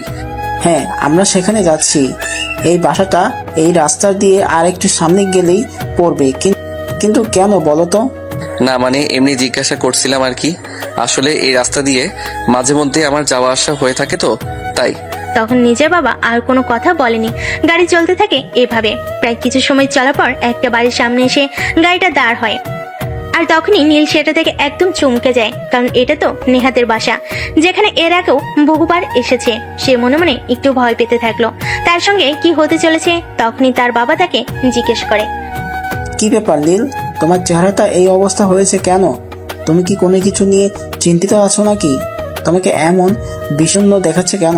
কই না তো, আমি একদম ঠিক আছি। এখন ভিতরে চলো। এই কথা বলে নীল আর তার বাবা ভিতরে প্রবেশ করে। আর যখনই 4 তলার ফ্ল্যাটে তার বাবা কলিং বেল বাজে, তখন সে অনেকটাই চমকে যায়। আসলে তার সঙ্গে কি হতে চলেছে? তার বাবা কি কোনোভাবে জানতে পেরেছে যে নেহার সঙ্গে তার সম্পর্ক আছে, নাকি তার বাবা কোনো কিছু না জেনে নেহার সঙ্গে বিয়ে সম্বন্ধ করেছে? সে আর কিছুই ভাবতে পারছে না। কলিং বেল চাপ দেওয়ার কিছুক্ষণ পরে নেহার মা এসে দরজা খুলে দেয় আর তারা দুজনে ভিতরে প্রবেশ করে। বিশেষ দুর্বষ্ট, এর আগে কখনো নেহার মায়ের সঙ্গে নীলের দেখা হয়নি, তাই নেহার মা নীলকে চিনতে পারেনি। নীল আর নীলের বাবা ভিতরে প্রবেশ করার পর নীলের বাবা নেহার মাকে জিজ্ঞেস করে, ভাবি, ভাই সাহেব কোথায়? ভাই সাহেবকে কোথাও দেখছি না কেন? উনি কি বাড়িতে নেই নাকি? ভাবি, ভাই সাহেব কোথায়? ভাই সাহেবকে কোথাও দেখছি না কেন? উনি কি বাড়িতে নেই নাকি? ভাইজান, আসলে আপনার ভাই একটু বাইরে গিয়েছে, একটু জরুরি কাজ পড়ে গেছে, কিছুক্ষণের মধ্যেই চলে আসবেন। আপনি কোনো চিন্তা করবেন না, আপনারা প্লিজ বসুন। আমার মেয়েও রেডি হচ্ছে, কিছুক্ষণের মধ্যেই আপনাদের সামনে চলে আসবে। অপরদিকে নীল তো পড়ে গেছে মহা চিন্তায়। সে কি করবে কিছু ভেবে পাচ্ছে না। নেহাকে ফোন দেওয়ার জন্য অনেক চেষ্টা করেছে, কিন্তু কোনোভাবেই ফোন করতে পারছে না, কারণ তার পাশেই তার বাবা বসে আছে। তার বাবার সামনে নেহাকে ফোন করে কোনো কিছু কিভাবে বলবে? আর এদিকে নেহা যদি তার বলে দেওয়া কথাগুলো তার বাবার সামনে এসে বলে, তাহলে তো বিয়েটা একদম ভেঙে যাবে। এখন কি হবে? মনে মনে এসব কিছু চিন্তা করতে থাকে। অপরদিকে নেহা পাত্রপক্ষের সামনে আসার জন্য প্রস্তুতি নেই। এমন সময় তার বাবা বাড়িতে আসে, আর তার বাবা বাড়িতে এসে নীলকে দেখতে পেয়ে বলে, আরে তুমি সেই ছেলেটা না, যে ছেলেটা সেদিন আমার মেয়েকে আত্মহত্যা হাত থেকে বাঁচিয়ে এনেছিলেন? এই কথা শুনে নীলের বাবা অনেকটা চমকে গিয়ে নেহার বাবাকে বলে, কি ব্যাপার আমজাদ সাহেব, আপনি কি আমার ছেলেকে চেনেন নাকি? আগে কখনো আমার ছেলের সঙ্গে দেখা হয়েছিল? হ্যাঁ, একটা অ্যাক্সিডেন্টের মাধ্যমে আপনার ছেলের সঙ্গে আমার দেখা হয়েছিল। তবে আমি জানি না আপনার ছেলে সেই বিষয়ে আমাকে কিছু বলেছে কিনা, আর সেটা শোনার পরও আপনার ছেলের সাথে আমার মেয়ের বিয়ে দেবেন কিনা আদৌ আমি জানি না। আপনি কি বলছেন? আমি তো কিছুই বুঝতে পারছি না, প্লিজ একটু খুলে বলুন। আমি নিজেকে কনফিউশনে রাখতে চাই না। তখন নেহার বাবা কিছু একটা বলতে চাইছিল, কিন্তু সেই সুযোগ তিনি আর পেলেন না, কারণ তখনই নেহা সেখানে প্রবেশ করে আর সবাইকে সালাম দিয়ে কারোর দিকে না থেকে সোফায় বসে। আর তারপর কাউকে কিছু না বলার সুযোগ দিয়ে সে বলতে থাকে, দেখুন, আপনাদের সম্পর্কে আমি কোনো কিছু জানি না, আর আপনাদের সম্পর্কে আমি কোনো মন্তব্য করতে চাই না। তবে আমি আমার বাবা সম্পর্কে কিছু বলতে চাই। আমার বাবা আমাকে জোর করে আপনাদের ছেলের সঙ্গে বিয়ে দিচ্ছেন। আপনাদের ছেলেকে আমার বিয়ে করার কোনো ইচ্ছে নেই, কারণ আমি অন্য একজনকে ভালোবাসি। কিন্তু আমার বাবা আমার সেই ভালোবাসার সম্পর্ক মেনে নিতে নারাজ, তাই আপনাদের ছেলের সঙ্গে আমাকে জোর করে বিয়ে দিচ্ছেন। কথাটা শেষ করা মাত্রই নীল নেহার সামনে গিয়ে দাঁড়ায় আর তারপরেই বলে, কিন্তু নেহা, এখন তো তোমার বিয়েটা আমার সঙ্গে হতে যাচ্ছে। যেহেতু তুমি নিজের ভালোবাসার মানুষকে পেতে যাচ্ছ, সেহেতু তোমার জন্য একটা খুশির খবর হয়ে দাঁড়ালো, তাই না? নীলের গলার আওয়াজ শুনে নেহা মাথা তুলে তাকায় আর নিজের সামনে নীলকে দেখতে পায়। সে তো নীলকে দেখতে পেয়ে মহা খুশি, একদম সবার সামনে নীলকে জড়িয়ে ধরে, সত্যি সেই মানুষটা তুমি? এটা আমি ভাবতেও পারিনি। জানো, আমার একদম নিঃশ্বাস নিতে কষ্ট হচ্ছিল। আমি ভাবতে পারছিলাম না আমি অন্য একজনের সামনে দাঁড়িয়ে কিভাবে আমার ভালোবাসার কথা বলবো, আর তারাই বা এই বিষয়টা কিভাবে নেবেন। যাই হোক, অবশেষে আমি তোমাকে পেয়ে গেছি, আমার আর কোনো সমস্যা নেই। তখনই নীলের বাবা নীলকে উদ্দেশ্য করে বলতে থাকে, কিছু বুঝতে পারছি না, আমাকে প্লিজ একটু খুলে বলো। বাবা, আমার নেহার সঙ্গে আমার প্রেমের সম্পর্ক চলছে, কিন্তু আমি তোমাকে ভয় পেয়ে কোনো কিছু বলতে পারিনি। আর এদিকে নেহার বাবা ও নেহার বিয়ের জন্য ছেলে দেখছে, তিনিও প্রেম অ্যালাউ করেন না, তাই আমরা ভয় পেয়ে তোমাদের কাউকে কিছু বলতে পারিনি। সেজন্যই আজ আমাদেরকে এই পরিস্থিতির মুখোমুখি হতে হয়েছে। ও যাই হোক, তোমরা দুজনে যেহেতু এখন নিজেদের ভালোবাসার মানুষকে পেতে চাচ্ছ, তাহলে তো আর তোমাদের কোনো সমস্যা নেই। আর আমাদেরও কোনো সমস্যা নেই, তাই না? আপনার সমস্যা নাই থাকতে পারে, কিন্তু আমার সমস্যা আছে। আমি কোনোভাবে আপনার ছেলের সঙ্গে আমার মেয়ের বিয়ে দিব না। কিন্তু কেন? আপনি তো আমার ছেলে সম্পর্কে আগেই খোঁজ খবর নিয়েছেন, যদিও সামনাসামনি দেখা হয়নি। তখন তো আপনি নিজের থেকেই হাত বাড়িয়ে কথা বলেছেন। তবে এখন কি হলো যে আপনি আমার মেয়েকে আমার ছেলের সঙ্গে বিয়ে দিতে রাজি নন? আমি কোনো বিয়াদব মার্কা ছেলের সঙ্গে আমার মেয়েকে বিয়ে দেব না।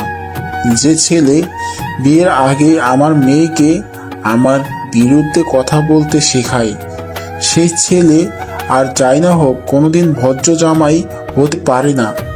আপনার ছেলের মতো অভদ্র একটা ছেলের সঙ্গে আমি কোনোভাবে আমার মেয়েকে বিয়ে দেব না। আমি আশা করি আপনি বুঝতে পেরেছেন।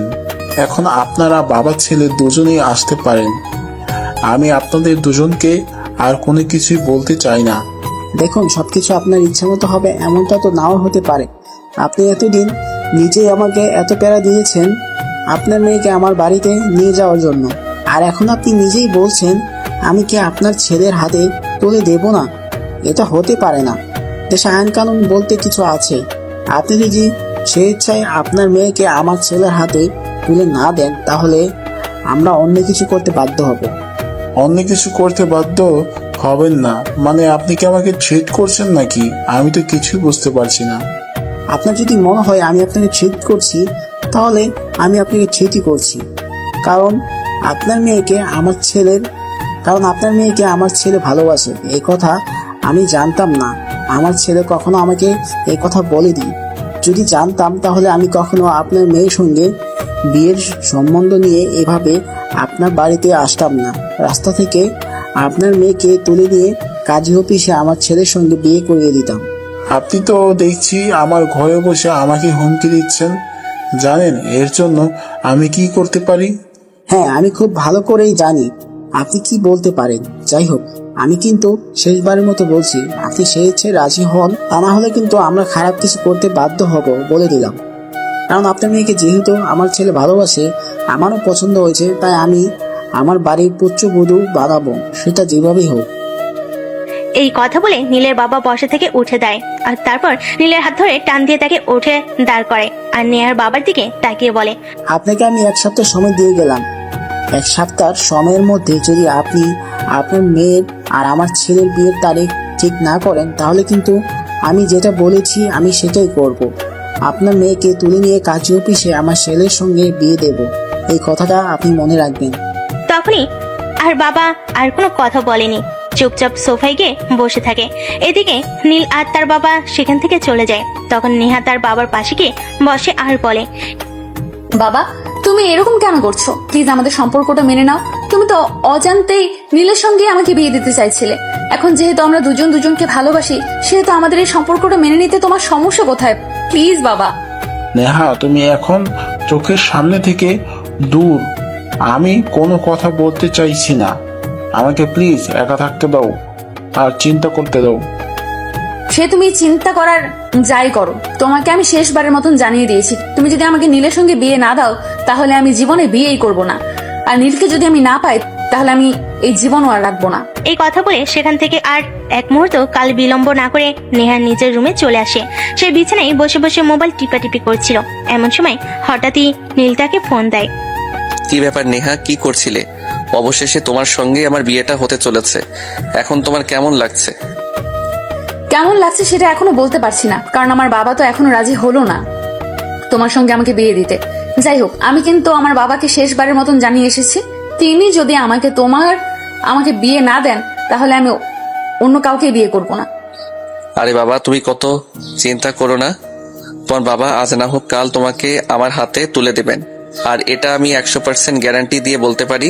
তার কারণ হলো, আমি আমার বাবাকে জানি। আমার বাবা যখন কোনো কাজে হাত দেন, সেই কাজে তিনি সফল হয়েই ফিরেন। হ্যাঁ, আমিও আল্লাহ পাক রাব্বুল আলামিনের কাছে এটাই চাই, যে আমাদের ভালোবাসা যেন পরিপূর্ণতা পায়। আমাদের ভালোবাসা যদি পরিপূর্ণতা না পায়, তাহলে আমার মতো দুঃখী মানুষ এই পৃথিবীতে আর একটাও থাকবে না। হয়েছে, এখন ওইসব কথা বাদ দাও, একটু আমাকে খুশি করো। মানে তুমি কি বলতে চাইছো? আমি তো কিছুই বুঝতে পারছি না। আমি তোমাকে কিভাবে খুশি করব? নেকা, একদম ছোট বাচ্চা সাজার চেষ্টা করছে, তাই না? একদম এসব ন্যাকামি আমার কাছে করবে না। যেটা বলছি সেটাই করো, তা না হলে কিন্তু আমি ফোন কেটে দেব আর কখনো তোমার সঙ্গে কোনো যোগাযোগ করব না। তখন নেহা নীলকে মোবাইলের মাধ্যমে একটা পাপ্পি দেয়। আর না, সেটা আগেই বুঝতে পেরেছিল, কিন্তু একটু ফাজলামো করছিল আর কি। যাই হোক, এরপর চলে গেল আরো বেশ কিছুদিন। এতদিনে নেহার বাবার মন গলেছে, তাই তিনি আজ নীলের বাবার সঙ্গে দেখা করতে এসেছেন। তা বিয়ে মশাই, আশা করি এবার আপনার মত পাল্টাইছে, তাই না? এবার মত তো পাল্টাতেই হবে, তা না হলে যে আমার মেয়ে অন্য কাউকে বিয়েও করবে না, কারণ সে আমার ছেলেকে ভালোবাসে। তাছাড়া আমি একটা বিষয় জানি না, ভালোবাসা ছাড়া মানুষ থাকতে পারে না। তাই আমি আমার মত পাল্টে বাধ্য হলাম, যাতে আমার মেয়ে আর আপনার ছেলে দুজনেই খুব ভালো থাকতে পারে। সেটা তো আপনাকে আমি আরো আগেই বলেছিলাম, কারণ আমি খুব ভালো করেই জানি। আর যাই হোক, এই যুগের ছেলেমেয়েরা পরিবারের কথা চিন্তা করে নিজের ভালোবাসাকে কোরবানি করবে না। তাই আমি যখন শুনলাম আমার ছেলে আপনার মেয়েকে ভালোবাসে, তখন আর এক মুহূর্ত দেরি না করেই সিদ্ধান্ত নিয়েছি। আর সেই জন্য আমি আপনাকে বলেছিলাম, কিন্তু আপনি তো তখন বিষয়টা বুঝতে পারেননি। হ্যাঁ, এখন আমি বিষয়টা বুঝতে পেরেছি, তাই তো আমি কাল বিলম্ব না করে আপনার সঙ্গে কথা বলতে এসেছি। যাই হোক, বিয়ে শাদীর কথা বলা বিষয়ে আলোচনা করার কিছু আছে, তো তাই আপনার সঙ্গে আলোচনা করতে আসলাম। হ্যাঁ সেটাই। আচ্ছা আমরা তাহলে বিয়ের ডেটটা তাহলে আমরা বিয়ের ডেটটা কবে ফাইনাল করতে পারি? আমার কিন্তু তাড়াতাড়ি তারিখ চাই, কারণ আপনার মেয়েকে ছেলের বউ হিসাবে আমার ভীষণ পছন্দ হয়েছে। তাই আমি তাড়াতাড়ি আপনার মেয়েকে আমার বাড়িতে নিয়ে আসতে চাই। আপনি চাইলে আগামী সপ্তাহে তারিখ রাখতে পারেন। আগামী সপ্তাহে আমি একদম ফ্রি আছি, আমার কোনো সমস্যা নেই। আরে আপনি কি বলছেন? আগামী সপ্তাহে? কেন? আগামী সপ্তাহে তো অনেক দেরি হয়ে যাবে। আমি তো চাইছিলাম 2-1 দিনের মধ্যে আপনার মেয়েকে আমাদের বাড়িতে নিয়ে আসতে। এভাবে হয় নাকি? আপনি তো জানেন বিয়ে শাদীর ব্যাপার স্যাপার, কেনাকাটা, অ্যারেঞ্জমেন্ট বলে একটা বিষয় আছে, একটু তো সময় লাগবেই, তাই না? ওই সব কিছু আমার উপর ছেড়ে দিন। কেনাকাটা আর অ্যারেঞ্জমেন্ট ওইসব কিছু নিয়ে আপনাকে কোনো চিন্তা করতে হবে না। যা করার আমি করব, আর আমার কোনো কাজ করতে খুব একটা সময় লাগবে না। সেটা বললে হয়, হাজার হোক আমি মেয়ের বাবা। তাছাড়া আপনাদেরও একটা ডিমান্ড থাকতে পারে, তাই সবকিছু মিলিয়ে একটু তো সময় লাগবেই। ও আচ্ছা, তাহলে আমি এত করে আসল বিষয়টা বুঝতে পেরেছি, কিন্তু আপনাকে খুব দুঃখের সহিত জানাতে হচ্ছে, আমরা সেই পরিবার নিয়ে, যে পরিবার বিয়ের সময় মেয়ের বাড়ি থেকে যৌতুক নেই, আমরা সুস্থ সবল খেটে খাওয়ার মানুষ, আমরা নিজের উপর চলতে পারি, আমাদের অন্যের উপার্জনের উপর ডিপেন্ড করতে হয় না। তাই ওইসব কিছু নিয়ে আপনার চিন্তা করার কোনো কারণ নেই। আপনি নিশ্চিন্ত মনে বিয়ের জন্য কোনো প্রস্তুতি নিন। আমরা আগামী পরশুদিন আপনার মেয়েকে আনতে যাব। মানে এসব আপনি কি বলছেন? এত তাড়াতাড়ি বিয়ের আয়োজন হতে পারে নাকি? আত্মীয় স্বজন আছে, তাদেরকে ইনভাইট করতে হবে। তাছাড়াও গোছ গাছের একটা ব্যাপার আছে না? আপনাকে বললাম তো, এত চিন্তা করার কোনো কিছুই নেই। আপনার শুধু আপনার আত্মীয় স্বজন যাদের দাওয়াত করবেন তাদের দাওয়াত দিয়ে দিন, তাতেই হবে। অন্য কোনো কিছু আপনাকে ব্যবস্থা করতে হবে না, যা করার আমিই করব। তারপর সেদিনের মতো বিয়ের আলোচনা শেষ হয়। আর তখনই নীলের বাবা নীলের রুমে যায় আর বলে, মাই ডিয়ার ফ্রেন্ড, তোমার বিয়ে একদম পাকা হয়ে গিয়েছে। এইমাত্র তোমার শ্বশুর মশাই আমার সঙ্গে কথা বলতে এসেছিল। তুমি সত্যি বলছো বাবা? আমি তো একদম বিশ্বাসই করতে পারছি না। আর বাবা রাজি হবে না আগে আমার হাতে তুলে দিতে? এটা তো আমার কাছে জাস্ট কল্পনার মতো মনে হচ্ছে। থ্যাংক ইউ মামা, থ্যাংক ইউ সো মাচ। তোমার জন্যই হয়তো আজ আমার ভালোবাসা সফল হতে যাচ্ছে। তোমাকে কি বলে ধন্যবাদ দেব সেই ভাষা আমার জানা নেই। তারপর নীলের বাবা সেখান থেকে চলে যায়। আর নীল তখনই মোবাইলটা বের করে নেহাকে ফোন দেয়, এই খুশির খবরটা দেয়। এই কথা শুনে নেহা নীলকে বলে, জানো নীল, আমি সত্যিই বিশ্বাস করতে পারছি না অবশেষে আমার বাবা আমাদের ভালোবাসার সম্পর্ক মেনে নিচ্ছেন। কারণ আমি কখনো আমার বাবাকে নিজের মতের বিরুদ্ধে গিয়ে কোনো কাজ করতে দেখিনি।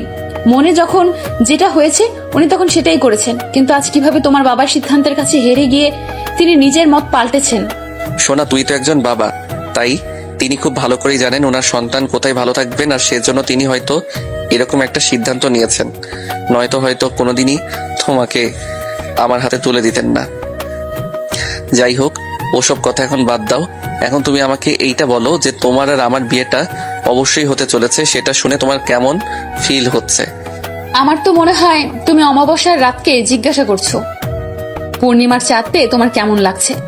তারপর নেহা নীল প্রেমালাপ করতে থাকে। এভাবে দেখতে দেখতে তাদের বিয়ের দিনগুলো ঘনিয়ে এলো। আজ তাদের বিয়ের কাজ সম্পূর্ণ হয়েছে। নেহাকে নীলদের বাড়িতে নিয়ে আসা হয়েছে। সারা বাড়ি ফুলের গন্ধ মম করছে। দূর থেকে বোঝা যাচ্ছে বিয়ে বিয়ে আবাস। নেহা বাসর ঘরে নীলের জন্য অপেক্ষা করছিল। রাত প্রায় 11টার মতো হবে। নীল আস্তে করে প্রবেশ করে রুমে, এসে দরজাটা লাগিয়ে দেয়। নেহা তখন খাট থেকে নেমে নীলাকে সালাম করে। আরে আরে, এসব কি করছো তুমি? তুমি আমাকে পায়ে হাত দিয়ে সালাম কেন করছো? তুমি আমার একমাত্র ভালোবাসা, তোমার জায়গা আমার পায়ে নয়, আমার বুকে। এই কথা বলে নীল নেহাকে টেনে দাঁড় করায় আর তার বুকের সঙ্গে জড়িয়ে নেয়। তখনই নেহা হাউমাউ করে কেঁদে ওঠে। তখন নীল নেহাকে বলে, কি ব্যাপার নেহা, কি হয়েছে? এখন আবার তুমি কান্না করছো কেন? আমরা তো এখন দুজন দুজনকে পেয়ে গেছি। আজ তো আমাদের অনেক খুশি থাকার কথা, কিন্তু তোমার চোখে পানি কেন? এটা কষ্টের পানি নয়, এটা ভালোবাসার মানুষকে নিজের করে পাওয়ার পানি। অবশেষে আমি তোমাকে আমার করে পেয়েছি, সেই খুশিতে আমার চোখে পানি এসে গেছে। আমি কোনোভাবেই নিজেকে কন্ট্রোল করতে পারছি না। হয়েছে মাই ডিয়ার সুইটহার্ট, এখন এসব কথা বাদ দাও। আজ আমাদের বাসর রাত, আজ কিন্তু আমাকে খুশি করতেই হবে। মানে তুমি কি বলতে চাইছো? আমি তো কিছুই বুঝতে পারছি না। তোমাকে আমি কিভাবে খুশি করব? অসহ্য, তুমি তো দেখছি কিছুই জানো না, নাকি সবকিছু জেনেও কোনো কিছু না জানার ভান করছো? সবকিছু জানলেই কি আমাকে স্টার্ট করতে হবে এমন কোনো হাদিস আছে নাকি? আপনি কি করবেন, যা করার আপনাকেই করতে হবে। ওরে চালাক, তার মানে আমাকে বোকা বানানো করছিল, তাই না? তুমি সবকিছুই জানো, কিন্তু সবকিছু জেনেও কোনো কিছু না জানার ভান করছিলে, তাই তো? হ্যাঁ, আমি সবকিছুই জানি, কিন্তু সবকিছু জানি বলেই কি আমাকে সবকিছু করতে হবে নাকি? তুমি আছো কি করতে? তুমি আমার বর, যা করার তোমাকেই করতে হবে। ওকে মাই ডিয়ার, কোনো সমস্যা নেই। তুমি যখন চাইছো আমি শুরু করি, তাহলে আমি শুরু করছি। এই কথাটা বলে নীল নেহাকে কোলে তুলে নেয় আর বিছানার উপর শুয়ে দেয়। নীল আস্তে আস্তে নেহার দিকে এগুচ্ছিল। তখনই নেহা নীলকে ধাক্কা দিয়ে সরিয়ে দিয়ে বলে, এই কি করছো তুমি? আজ আমাদের বাসর রাত, আর বাসর রাত শুরু করার আগেই আল্লাহ তাআলার কাছে 2 রাকাত নফল নামাজ পড়ে শুকরিয়া আদায় করতে হয়, সেটা তুমি জানো না? জানি না, তবে শুনেছিলাম, কিন্তু তোমাকে এতটা কাছে পেয়ে আমি নিজেকে কন্ট্রোল করতে পারছি না। ওসব কথা বলে কোনো কাজ হবে না। এখন চুপচাপ ফ্রেশ হয়ে আসো, দুজন একসঙ্গে নামাজ পড়বো। আমি ফ্রেশ হয়ে আসবো, আর তুমি কি করবে? তোমাকে ফ্রেশ হতে হবে না, তুমিও জানো। দুজন একসঙ্গে ফ্রেশ হয়ে এসে তারপরে নামাজ পড়বো।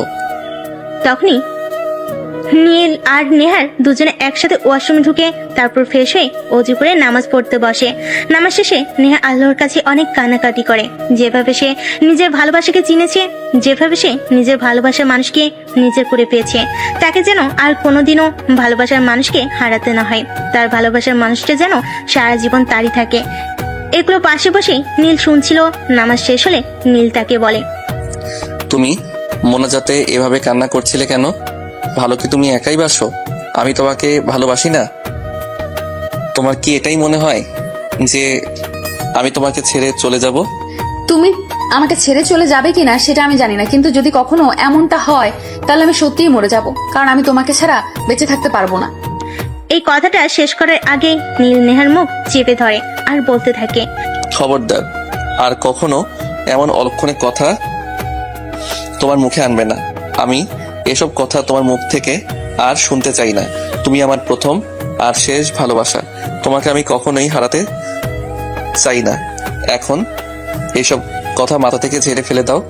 আমাদের বাসর রাত আছে, সেটা কি তুমি ভুলে গেছো নাকি? চলো, এখন বাসর করতে হবে তো। কিন্তু নীল, আমার না খুব ভয় করে, যদি কখনো তোমাকে হারিয়ে ফেলি তাহলে আমি কি নিয়ে বাঁচবো? তোমাকে ছাড়া আমি সত্যিই বেঁচে থাকতে পারবো না। প্লিজ, এসব আজে বাজে চিন্তা করে তুমি আমাদের এত সুন্দর সময়টাকে নষ্ট করে দিও না। আমি তোমার আছি আর তোমারই থাকবো। পৃথিবী কেয়ামত হয়ে গেলেও আমাকে তোমার কাছ থেকে কেউ সরাতে পারবে না। এই কথা বলে নীল আর এক মুহূর্ত দেরি না করে নেহাকে জায়নামাজ থেকে তুলে নিয়ে কোলে উঠিয়ে নেয় আর তারপর সোজা বিছানায় নিয়ে চলে আসে। তখনই নেহা বলে, এই তুমি একবার আমাদের পুরো রুম আর ব্যালকনি চেক করে নাও তো। কেন? আমাদের বাড়িতে কি একটু আগে জোর এসেছিল নাকি যে জোর কোথাও লুকিয়ে আছে সেজন্য তুমি ভয় পাচ্ছ? আরে বাবা, তুমি এত কথা বলছো কেন? আমি তো সেটাই বুঝতে পারছি না। আসলে আমি শুনেছিলাম বাসর রাতে নাকি ছোট ভাই বোনেরা ফাজলামো করে ঘরের আনাচে কানাচে লুকিয়ে থাকে, আর নতুন বর বউয়ের কথা শুনে, তাই বলছিলাম আর কি। এই ব্যাপারে চিন্তা করার কোনো কারণ নেই, কারণ আমার কোনো ছোট ভাই বোন নেই, আর থাকলেও তাদের এত সাহস হতো না আমার বেডরুমে চলে আসা, যেখানে আমি আমার বউয়ের সঙ্গে রোম্যান্স করব। এই কথা বলে নীল নেহার দিকে এগোতে থাকে আর নেহা তখন পিছোতে শুরু করে। কি ব্যাপার, কি হয়েছে? তুমি এভাবে পিছাচ্ছ কেন? আমার কাছে আসো। আমার না কেমন জানি লাগছে, কেমন একটা অস্থির অস্থির হচ্ছে। এরকমটা সবারই হয়। এখন প্লিজ আমার কাছে এসো, আমি তোমার থেকে নিজেকে দূরে দূরে রাখতে পারছি না। এই কথা বলে নীল নেহার হাত ধরে আর একটু নিজের কাছে টেনে নেয় আর তাকে ভালোবাসতে শুরু করে। নীল নেহার শরীরে কিস করতে থাকে আর তার শরীর থেকে গহনা, কাপড় চোপড় এগুলো খুলতে থাকে। এদিকে নেহা চোখ বন্ধ করে এসব ফিল করছিল। কি ব্যাপার নেহা, তুমি তোমার চোখ বন্ধ করে রেখেছো কেন? তাকাও একবার আমার দিকে। আমি তাকাতে পারবো না, এইভাবে বিবস্ত্র অবস্থায় নিজেকে দেখতে খুব লজ্জা করবে। ও তাই নাকি? আচ্ছা ঠিক আছে, কোনো সমস্যা নেই। আমি আজ তোমার সমস্ত লজ্জা ভেঙে দিব। আমার ভালোবাসায় কানায় কানায় তোমায় ভরিয়ে দেব।